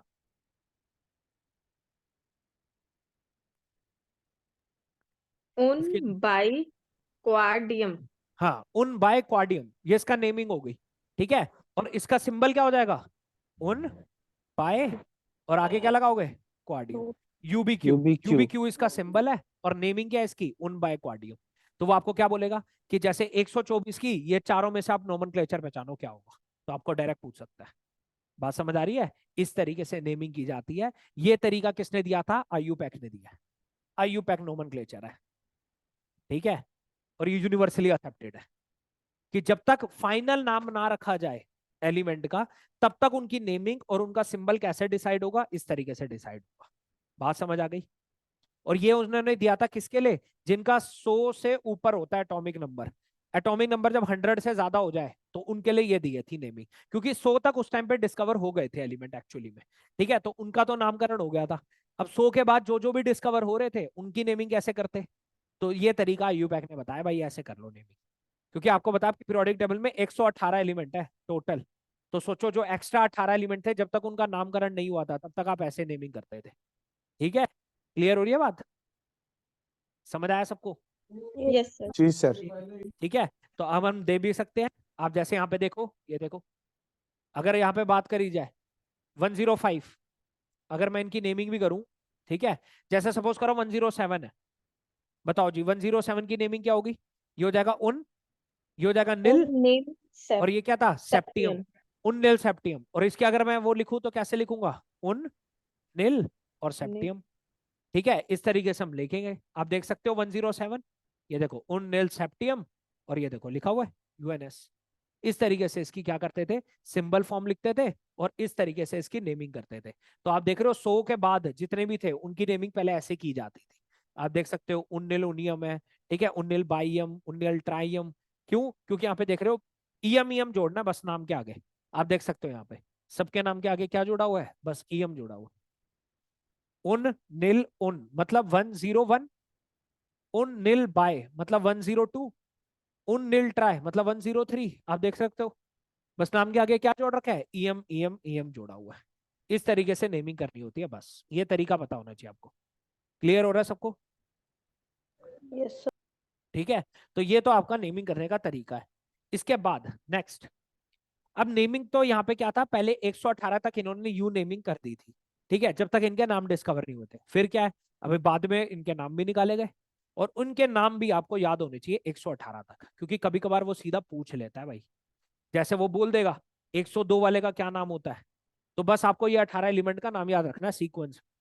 ठीक है, जैसे आप देख रहे हो 101 पहले तो क्या नाम रखा गया था? उन्निल उनियम। बाद में किसने खोजा था? मेंडलीव ने, तो उसी के नाम पे रख दिया मेंडलेवियम। ठीक है, 102 आपको पता है नोबल नाम बंदे का है, उसके नाम पे रख दिया नोबिलियम। ठीक है, फिर आपको पता है लोरेन एक बंदे का नाम है, तो लोरेंशियम उसके नाम पे रख दिया। ठीक है, फिर कौन है 104? रदरफोर्ड, जिसने एटॉमिक आपको स्ट्रक्चर की थ्योरी दे रखी है, तो उसके नाम पे रख दिया रदरफोर्डियम। फिर बोहर भी बनता है, बोरियम, उसके नाम से रखा हुआ है। तो आपको इन एलिमेंट्स के नाम याद होने चाहिए। तो क्या क्या याद होना चाहिए आपको? कि किस तरीके से नेमिंग की जाती है। आप देख भी रहे हो यहाँ पे लिखा भी हुआ है टेम्पररी नेम है ये, और ये उसका टेम्पररी सिंबल है। तो कभी कभार इनमें से भी क्वेश्चन पूछ लेता है, या सीधा पूछ लेता है 101 की नेमिंग बताओ क्या है, मेंडलीव। ठीक है, तो कभी बार सीधा आपसे नेमिंग पूछ लेता है। जैसे 107 है, वो कहेगा इसका आईयूपैक नेमिंग बताओ, तो उन्निल सेप्टियम। ठीक है, और ये उसका क्या है यहाँ पे सिंबल है, और एक्चुअली में उसका नाम क्या है? बोरियम है। तो वो आपसे ये भी पूछ सकता है, ये भी पूछ सकता है, डिपेंडिंग उसको क्वेश्चन कैसे देगा आपको। तो एटलीस्ट इनके नाम याद होने चाहिए। ठीक है, तो 2-3 बार 4 बार याद करोगे, याद हो जाएंगे। ठीक है, इतने कोई कॉम्प्लिकेटेड नहीं है। मेंडलियम, नोबेलियम, लोरेंशियम, रदरफोर्डियम, और आपको शॉर्टकट्स वगैरह आते हैं किस तरीके से बनाना है। देखो इनमें तो कोई डाउट नहीं होना चाहिए, ये नेमिंग तो बहुत इजी है। ठीक है, कि सबके एक जैसी नेमिंग करनी है। लेकिन जो ये नेमिंग है ना, इन पे क्वेश्चन काफी टाइम आ जाता है। और इनमें भी मैं आपको बताऊं जो सबसे खास है, वो एक्चुअली में ये 4 पे से बहुत बार पूछा हुआ है। जैसे टेनेसियन ऑर्गेनेशन, ये जो 118 117 है ना, क्योंकि ये सबसे रिसेंटली डिस्कवर्ड है, जो सबसे बाद में डिस्कवर हुआ है। इनके नाम जनरली पूछ लेता है कभी कभार, 118 वाले का जनरल नेम क्या है, ठीक है, 117 वाले का नेम क्या है। तो ये ऐसे 4 ऑप्शन दे देगा, इनमें से कहेगा नाम पहचानो क्या है। ठीक है, कभी कभार वो क्या करता है, थोड़ा बहुत अगर उसको क्वेश्चन को मुश्किल करना है, देखो मैं कह नहीं रहा ऐसा क्वेश्चन आएगा, अगर क्वेश्चन को मुश्किल करना है, क्योंकि नीट वगैरह में पहले ऐसे क्वेश्चन आते थे, अब तो खैर DSSB का तो कोई आइडिया नहीं है, वो क्वेश्चन कैसे भी दे सकता है। ठीक है, तो वो ऐसे भी दे सकता है कि 4 आपको यहाँ पे एटॉमिक नंबर लिख दे और 4 नेम लिख दे और बोल दे मैच द फॉलोइंग करो। तो 4 ऑप्शन आपको बना के दे रखे होंगे। ठीक है, तो उनमें से अगर आपको 1 या 2 का नाम भी बताऊंगा तो आप ऑप्शन को एलिमिनेट करके आंसर तक पहुंच सकते हो। वरना अगर वो डायरेक्टली पूछ ले 118 का क्या नेम है, फिर तो तुम्हें याद ही होना चाहिए, उसमें तो कोई शॉर्टकट नहीं है। और ये वाली नेमिंग करना तो आपके लिए बहुत ही ईजी है। ठीक है, ये नेमिंग मैंने आपको सिखाई दिया किस तरीके से करते हैं। तो ये आपकी आईयूपैक नेमिंग होती है, ये आपकी जनरल नेमिंग है जो अब उनके नाम रख दिए गए हैं, ये नेमिंग है। और 118 के आगे जो अब डिस्कवर होंगे तो उनके नाम भी नामकरण इसी तरीके से होंगे जब तक उनके फाइनल नेम नहीं रख दिए जाते। क्लियर हो रही है बात?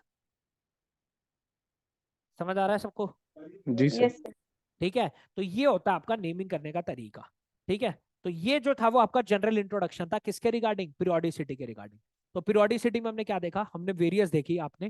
ठीक है, डिफरेंट डिफरेंट आपने देखा कि बहुत बंदे आए जिन्होंने अपनी अपनी पीरियोडिक टेबल देने की कोशिश करी। ठीक है, उन्होंने डिफरेंट डिफरेंट पीरियोडिक टेबल दी, और उससे हमारे को कमियां भी दिखनी शुरू हुई कि इसने ये गलत स्टेप लिया था, इसने ये गलत स्टेप लिया था। जैसे अगर मैं आपको रिवीजन कराऊं, एक बारी में, ठीक है। तो फटाफट हम एक बार रिवाइज कर लेते हैं। जैसे सबसे पहला हमने देखा था कौन सा, डोमना ट्राइड। सिंपल सी बात थी, उसने क्या करा, उसने 3-3 का ट्राइड बनाया, बोला इन तीनों की प्रॉपर्टी एक जैसी मैच करती है, और उसने एक चीज ऑब्जर्व करी कि जो बीच वाला था उसका एटॉमिक वेट कहीं इन दोनों के बीच में लाया करता है, एवरेज होता है इनका, ठीक है। ये तो सिंपल सी बात थी, डोमना सबसे पहला बंदा था जिसने कोशिश करी थी। ट्राइड मतलब 3-3 के पेयर में, ठीक है, 3-3 के पेयर में इसने ये चीज करनी शुरू करी थी। इसके बाद जो बंदा आया वो आया कौन सा, AEB डे कॉन्टवर्स, ये जो इसका नाम है थोड़ा बहुत शेंकोटेस, ठीक है, थोड़ा सा फ्रेंच नेम है, उसमें कोई दिक्कत नहीं है क्योंकि आपको पता है एक ही अजीब सा नाम है, अगर इसका आ गया तो आप क्लियरली डिफाइन कर सकते हैं। इसने क्या करा था, सिलेंड्रिकल बेसिस पे की प्रॉपर्टी के अकॉर्डिंग अरेंज करा, और उसने देखा जो सेम लाइन पे आ रहे थे उनकी क्या थी, एक जैसी प्रॉपर्टी थी, ठीक है। फिर उसके बाद आया था कौन, लॉ ऑफ ऑक्टेव्स, ठीक है, जॉन अलेक्जेंडर न्यूलैंड, न्यूलैंड ने दिया था लॉ ऑफ ऑक्टेव्स। उसमें उसने क्या बोला कि जैसे म्यूजिकल नोट्स में पहला और आठवां नोट बिल्कुल सेम होता है, बिल्कुल ऐसी जो पहला एलिमेंट है और आठवां एलिमेंट है उनकी प्रॉपर्टी क्या कर रही थी, मैच कर रही थी। लेकिन ये वैलिड होता है कहां तक, सिर्फ कैल्शियम तक। इसके आगे उसने देखा कि चीजें कॉम्प्लिकेट होना शुरू हो गई, आप देख सकते हो कैल्शियम के आगे कॉम्प्लिकेट होना शुरू हो गई थी, तो उसने बोला ये वैलिड है सिर्फ और सिर्फ कैल्शियम तक, ठीक है। इसके बाद लॉथरमेयर आया था जिसने 3 प्रॉपर्टीज डिफाइन करी on the basis of atomic weight, और उसने भी काफी हद तक सही अरेंजमेंट दे दिया था, लेकिन उसका तरीका गलत था क्योंकि एटॉमिक वेट उसने यूज किया था, ठीक है। इसके बाद आया आपका मेंडलीव, मेंडलीव ने क्या बोला, एटॉमिक वेट के ऊपर ही सारी प्रॉपर्टी डिपेंड करती है, और उसने फ्यूचर प्रिडिक्शन भी करी कुछ एलिमेंट्स की, जिसमें उसने बोला कि आगे आने वाले एलिमेंट जो डिस्कवर होंगे वो बिल्कुल एग्जैक्टली सेम प्रॉपर्टी दिखाएंगे, और ऐसा हुआ भी, इसलिए काफी हद तक सक्सेसफुल भी थी, ठीक है। इसके बाद अगर हम बात करते हैं तो फिर आई मॉडर्न पीरियोडिक टेबल, उसने एटॉमिक नंबर के बेसिस पे बोला सारी बातें जो है वो एटॉमिक नंबर पे डिपेंड करती है, और उसके बेसिस पे हमने देखा एग्जैक्टली बिल्कुल अच्छे तरीके से आपने अरेंज कर दी पूरी पीरियोडिक टेबल, ठीक है। और अरेंजमेंट करके आपको पता चला कि उसने किस बेसिस पर अरेंज किया, जिनकी आउटर मोस्ट कॉन्फ़िगरेशन सेम होती है, ठीक है। अगर वो सेम है तो मतलब इसका मतलब वो प्रॉपर्टीज भी सेम दिखाते होंगे, और ऐसा मिला भी आगे चल के कि प्रॉपर्टी सेम सबकी, ठीक है। इसके बाद अगर हम देखें तो 4 तरीके के आपने देखा ब्लॉक्स में डिवाइड कर रखे हैं पूरी पीरियोडिक टेबल, ऐसा नहीं है कि यही 4 है, उन्होंने आगे भी प्रिडिक्ट कर रखा है फ्यूचर में अगर कुछ और एलिमेंट आते हैं, नेक्स्ट क्लास में हम देखेंगे भी, ठीक है, कि फ्यूचर में अगर एलिमेंट और आते हैं जो 118 से ज्यादा होंगे तो उनके लिए हो सकता है जी ब्लॉक आ जाए, जी ऑर्बिटल भरना शुरू हो जाए, जिसको हमने प्रिडिक्ट कर रखा है कि ये भी एक तरीके का ऑर्बिटल होता है, ठीक है। एस है, पी है, डी है, एफ है, आगे जी होता है, उससे आगे एच ब्लॉक भी होता है, और उससे आगे आई भी होता है, ठीक है। ये भी कुछ सबशेल्स है जो हम आगे चल के देखेंगे, जी एच आई, लेकिन ये क्या है अभी, ये हाइपोथेटिकल है, ठीक है, क्योंकि इनका अभी तक प्रूफ नहीं मिला है, 118 से आगे अभी आपको एलिमेंट नहीं मिले हैं जो एग्जिस्ट करते हो, अगर वो करते होंगे तो वो पक्का इन ही सब शेल को फॉलो करेंगे, और जी एच और आई में ही इलेक्ट्रॉन जाएंगे, ये आगे चल के उन्होंने प्रिडिक्ट कर दिया, ये फ्यूचर प्रिडिक्शन है अभी सिर्फ, ठीक है, क्योंकि जब तक असली में नहीं हो रहा तब तक तो प्रिडिक्शन ही मानेंगे, और अभी तक आज तक आपको पता है प्रिडिक्शन बिल्कुल सही गई है, तो हो सकता है आगे चल के कुछ एलिमेंट डिस्कवर भी हो जाए जो इसको फॉलो भी करे, ठीक है। लेकिन अब तक आपके लिए कितने हैं, 4 ही ब्लॉक है, S, P, D and F, ठीक है, ये 4 आपके ब्लॉक है, ठीक है। फर्दर हमने देखा कि कॉन्फ़िगरेशन किस तरीके से प्रोसीड की जाती है, तो ये चारों की कॉन्फ़िगरेशन यहाँ पे है, आपको याद होनी चाहिए, पूछ सकता है आपसे। प्लस नेमिंग कैसे करी जाती है, आईयूपैक नेमिंग कैसे की जाती है, उस एलिमेंट का नेम कैसे रखा जाता है, सिंबल कैसे रखा जाता है, प्लस जो उनके ओरिजिनल नेम है ये आपको याद होने चाहिए क्योंकि क्वेश्चन पूछा जा सकता है, ठीक है। तो इतना बात तो हमने क्या कर लिया, इंट्रोडक्टरी पास हमने कवर कर लिया है। इसके बाद हम चलेंगे जो बिल्कुल बेसिक लॉज होते हैं जो आपने सुना भी होगा, Hund rule, poly exclusion. Hund rule सुना है किसी ने, हुंड रूल, हुंड्स पढ़ते हो, हुंड्स रूल, Yes, sir. ठीक है, हुंड्स रूल होता है, और कौन कौन सा होता है, पॉली एक्सक्लूजन प्रिंसिपल, ठीक है, Absolute. पॉली एक्सक्लूजन प्रिंसिपल है, हुंड्स रूल है आपका, ठीक है। और आपके जो क्वांटम नंबर है उसका बेसिक इंट्रोडक्शन हम देख लेते हैं, ठीक है। तो चलो पहले थोड़ा बहुत वो देख लेते हैं, ठीक है। तो सबसे पहले अगर मैं बात करता हूं आपके क्वांटम नंबर्स की, तो सबसे पहला क्वांटम नंबर जो होता है वो कौन सा होता है, प्रिंसिपल क्वांटम नंबर। सबसे पहला क्वांटम नंबर कौन सा होता है, बिल्कुल बेसिक इंट्रोडक्शन दे रहे हैं, प्रिंसिपल क्वांटम नंबर जिसको एन से रिप्रेजेंट किया जा सकता है, ठीक है। बता सकते हो प्रिंसिपल क्वांटम नंबर जिसको एन से रिप्रेजेंट करते हैं, ये क्या बताता है आपको,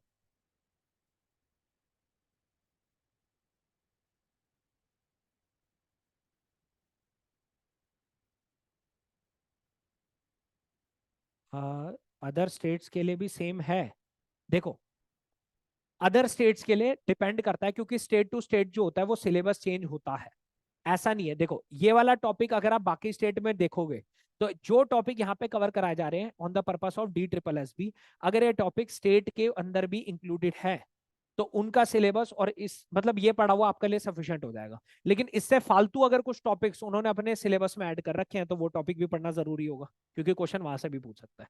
जो सिलेबस जो होता है वो हर स्टेट का अपना अलग अलग सिलेबस होता है, ठीक है। लेकिन जो टॉपिक आप यहाँ पे कवर कर रहे हो वो आपको हर स्टेट के उस पर भी काम आएंगे TGT पर्पस पे, ठीक है। लेकिन अगर वो इससे फालतू कुछ टॉपिक्स और ऐड कर दे अपने सिलेबस के अंदर तो वो तो फिर आपको थोड़ा एक्स्ट्रा पढ़ना ही पड़ेगा, ठीक है। लेकिन जितने टॉपिक यहाँ पढ़ाए जा रहे हैं अगर वो वही सेम टॉपिक स्टेट के अंदर भी है तो आपको हेल्प करेगा बाकी उस पेपर में भी। क्लियर है?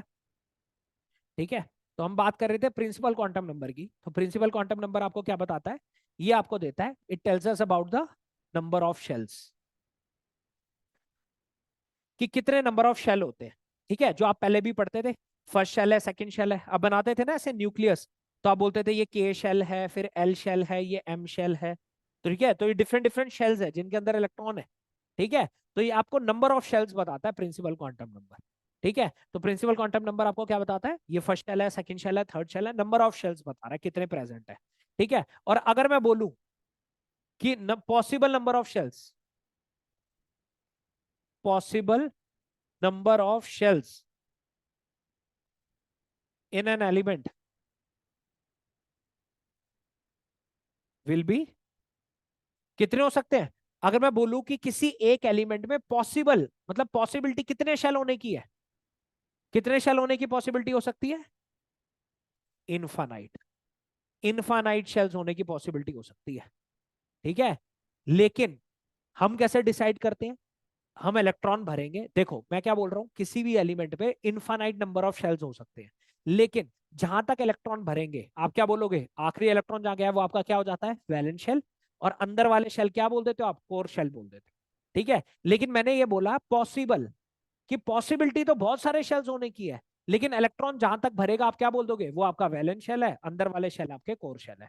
लेकिन ऐसा नहीं है कि उतने ही शेल उसके अंदर प्रेजेंट होते हैं, शेल उसके अंदर इनफाइनाइट है, लेकिन कहां तक इलेक्ट्रॉन भरा हुआ है वो आपका डिसाइड करता है फिर प्रॉपर्टीज बाकी, ठीक है। लेकिन अगर पूछा जाए आपसे कि किसी भी एलिमेंट के अंदर कितने शेल होने की पॉसिबिलिटी है, तो इनफाइनाइट शेल हो सकती है।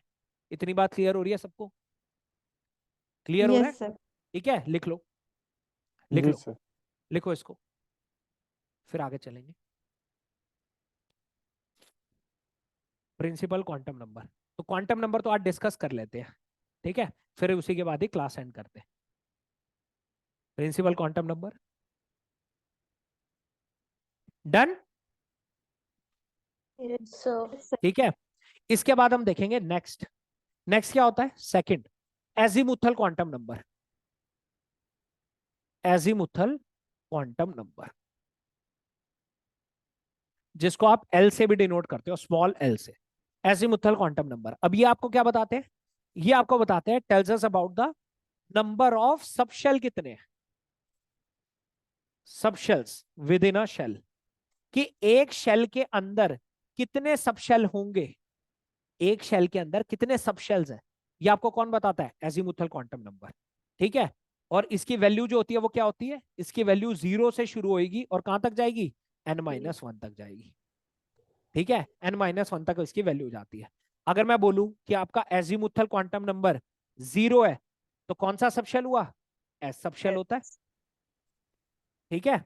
अगर L की वैल्यू कितनी हो गई? 1 हो गई, तो कौन सा हो जाएगा? P subshell. L की वैल्यू 2 हो गई तो D सबशेल। L की वैल्यू 3 हो गई तो F सबशेल, यही होता है। लेकिन अगर L की वैल्यू 4 हो गई तो इसके बाद होता है G सबशेल, G। L की वैल्यू 5 हो गई तो H, L की वैल्यू 6 हो गई तो I सबशेल, I सबशेल। लेकिन ये जो तीन की हम बात कर रहे हैं, ये तीन क्या है? हाइपोथेटिकल है। हाइपोथेटिकल मतलब प्रिडिक्ट कर रखा है कि अगर कोई आगे फर्दर एलिमेंट आया तो वो ये वाले एजीमुथल क्वांटम नंबर को फॉलो करेगा। लेकिन अभी तक आपके पास जो एलिमेंट्स है वो इस एजीमुथल क्वांटम नंबर के कॉरेस्पॉन्डिंग है, क्योंकि आपके पास एस ब्लॉक है, पी ब्लॉक है, डी ब्लॉक है, एफ ब्लॉक है, उसके अलावा कोई ब्लॉक नहीं है, ठीक है। लेकिन अगर फ्यूचर में कोई आता है एलिमेंट ऐसा तो वो इन सब शेल्स को भी फॉलो कर सकता है। बात समझ आ रही है? क्लियर हो रहा है सबको? Yes sir. ठीक है, लिख लो, तो ये आपका क्या है, एजीमुथल क्वांटम नंबर है।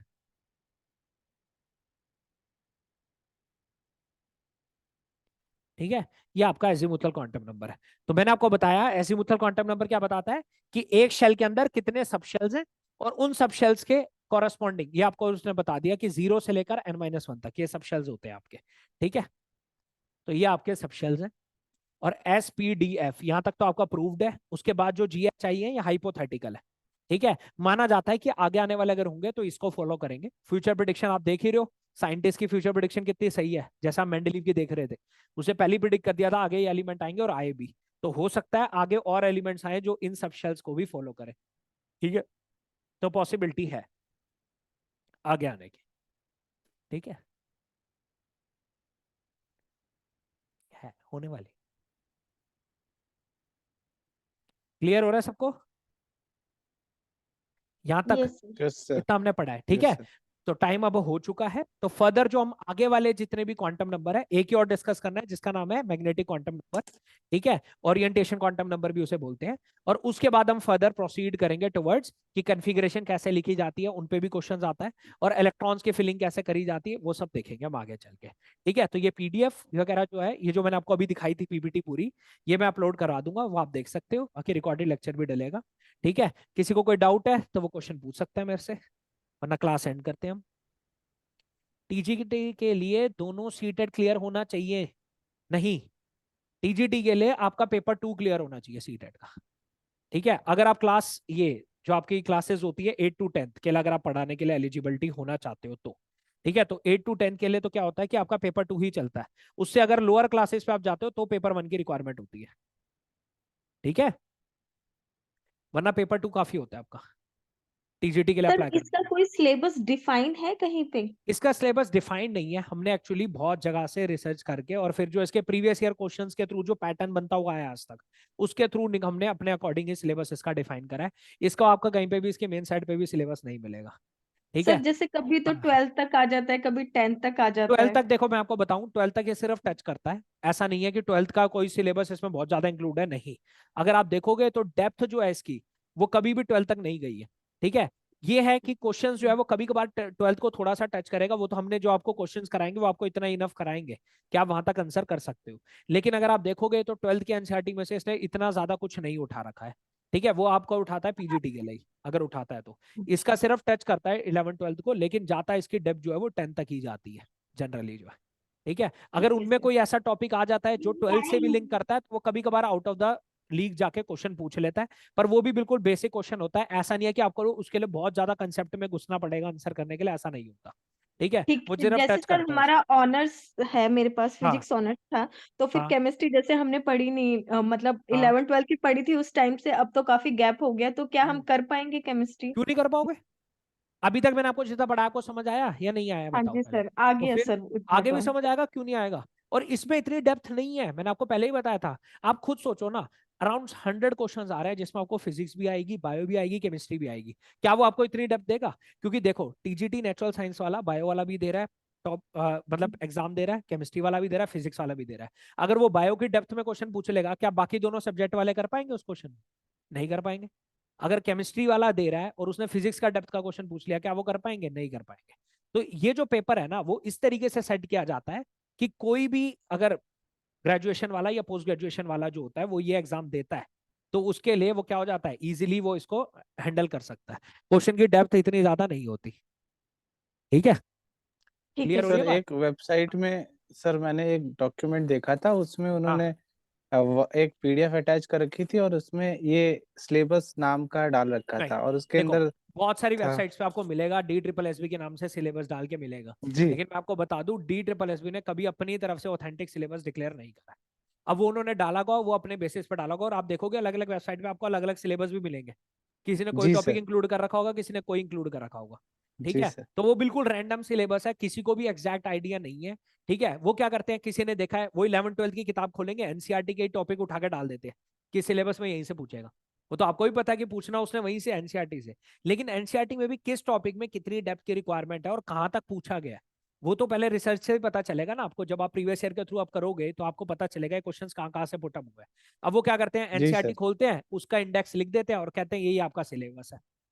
तो अब लोगों को क्या लगता है, 12th का भी लिखा हुआ है इन्होंने, तो वो 11 12th की भी एनसीईआरटी पढ़ने शुरू कर देते हैं। लेकिन अगर आपने प्रीवियस ईयर आपने खुद अगर जज किया है तो आप भी देख सकते हो 11 12th की डेप्थ में क्वेश्चन में वो नहीं जाता, अगर आपने कभी देखा हो टीजीटी का एग्जाम प्रीवियस ईयर वाला। ठीक है, तो आपने जी सर, नोटिस किया होगा बेसिक कि रहता 11 है। 12th के टॉपिक उसमें नहीं पूछे गए हैं इतने। ठीक है, वो पूछता ही नहीं है, इतनी डेप्थ को जाएगा ही नहीं। खुद सोचो ना, जब आपने बैचलर अगर मान लो सपोज करो आपने फिजिक्स में कर रखी है, ठीक है, या आपने केमिस्ट्री में कर रखा है, क्या आपने बायो को भी उतनी डेप्थ में पढ़ा हुआ है? नहीं पढ़ा हुआ है, जरूरी नहीं है। तो वो कहां तक पूछता है, वो 10 तक ही डेप्थ पूछता है, क्योंकि उसे पता है 10 तक आपने कॉमन साइंस पढ़ी होती है, जिसमें बायो फिजिक्स केमिस्ट्री तीनों होते हैं। ठीक है, वो इतनी ज्यादा वो टच करेगा अगर करेगा मैक्सिमम टू 11 12th, लेकिन ऐसा नहीं है कि वो 11 12th का टॉपिक उठा के आपको पेपर में दे देगा, ऐसा नहीं होता। ठीक है, लेकिन क्या होता है, किसी को कुछ आइडिया नहीं है तो वो क्या करते हैं, वहां का उठा के सीधा इंडेक्स में जो जो टॉपिक लिखे होते हैं वही आपको लिख के दे देते हैं, ये आपका सिलेबस है। ठीक है, तो उनकी बात पे इतना ज्यादा मत जाओ वरना कंफ्यूज हो जाओगे। सर एक बार स्लाइड शो कर दो, स्क्रीनशॉट्स लेने हैं। अच्छा, मैं दिखा देता हूँ। 11 12 से 60% पूछा हुआ है टीजीटी के अंदर। भाई कौन लिख रहा है? मैंने देखो 11 12 मैं आपको बता दूं, मैं आपको फिर से वही बोलूंगा, अगर आप 11 12 के क्वेश्चंस पे जाओगे, ठीक है, एक मिनट में पहले साइड दिखा दूं आपको। हाँ ये, तो मैं कह रहा था अगर आप 11 12 के टॉपिक्स को पूरा डिटेल में पढ़ने की कोशिश करोगे, अगर आपने नोटिस किया हो तो 11 12 में कोई इतना ज्यादा डेप्थ में आपसे नहीं पूछा गया। ठीक है, जो आप बोल रहे हो ना 60% है, वो है 10th के क्वेश्चन ही, उनको जरा सा टच किया होता है 12th के लेवल का। ठीक है, अब वो ऑब्वियस सी बात है, वो आपको लगेगा कि इसने 12th का पूछ लिया, वो एक्चुअली में 12th का नहीं है। 11 12 के अगर आप टॉपिक्स उठाओगे तो काफी वास्ट सिलेबस है। ठीक है, जो पूरा एग्जैक्टली नहीं पूछता आपसे कभी भी टीजीटी में, अगर आपने टीजीटी का पैटर्न देखा है तो पीछे प्रीवियस ईयर वगैरह। ठीक है, इतनी डेप्थ बिल्कुल में वो नहीं बिल्कुल सर, जाएगा। बिल्कुल सर, यही ठीक है, बात है। वो भले प्रीवियस ईयर क्वेश्चंस अगर देखो, रैंडमली बात करूं तो रैंडमली कोई कुछ भी बोल दे कि 12th 11 से आता है, उसका कोई फायदा नहीं है। आपने अगर जज किया है, आपने प्रीवियस ईयर क्वेश्चंस देखे हैं, तो आपको अपना आप आइडिया लगेगा कि कोई भी 11 12 से इतना डेप्थ में क्वेश्चन ना फिजिक्स का, ना केमिस्ट्री का, ना बायो का होगा।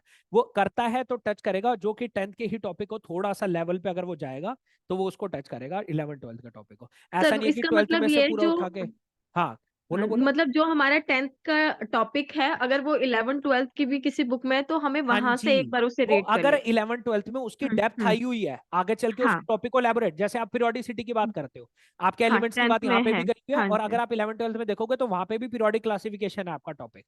ठीक है, तो वो वहां पे जाके उसकी डेप्थ में से भी, ऐसा नहीं है कि पूरा अंदर तक जाके घुस के क्वेश्चन हाँ, पूछेगा, नहीं, ऊपर ऊपर से ही ठीक है। पूछता है क्वेश्चन। ठीक है, वो पूरा ठीक है डिटेल सर। में नहीं जाता आपका। हम्म। ठीक है, डेप्थ कभी भी उतनी नहीं आएगी। वो अगर करेगा तो ज्यादा से ज्यादा कोई टर्म यूज कर देगा, जैसे आयनाइजेशन एनर्जी उसने टर्म यूज कर दी। अब वो ऐसा नहीं है कि आयनाइजेशन एनर्जी के अंदर घुस गया, इसका रीजन बताओ कि क्यों हो रहा है, ये पैटर्न क्यों आया है, ऐसा कुछ नहीं है।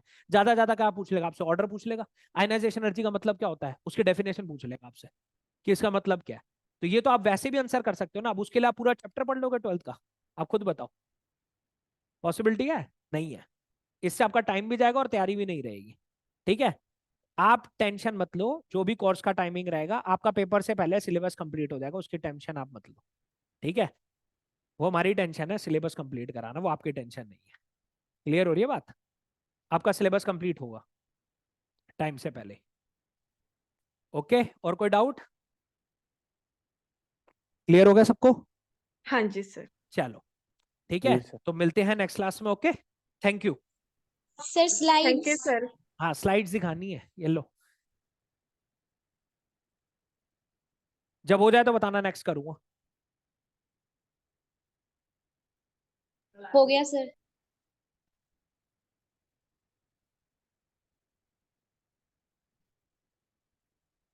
ये भी हो गया। डन, बाकी तो कोई लिखा ही नहीं, अभी तो यहीं तक था बस। ओके सर, थैंक यू ठीक है, सर। चलो thank you thank so you sir. Much. Good evening sir. Good evening, good evening, thank you.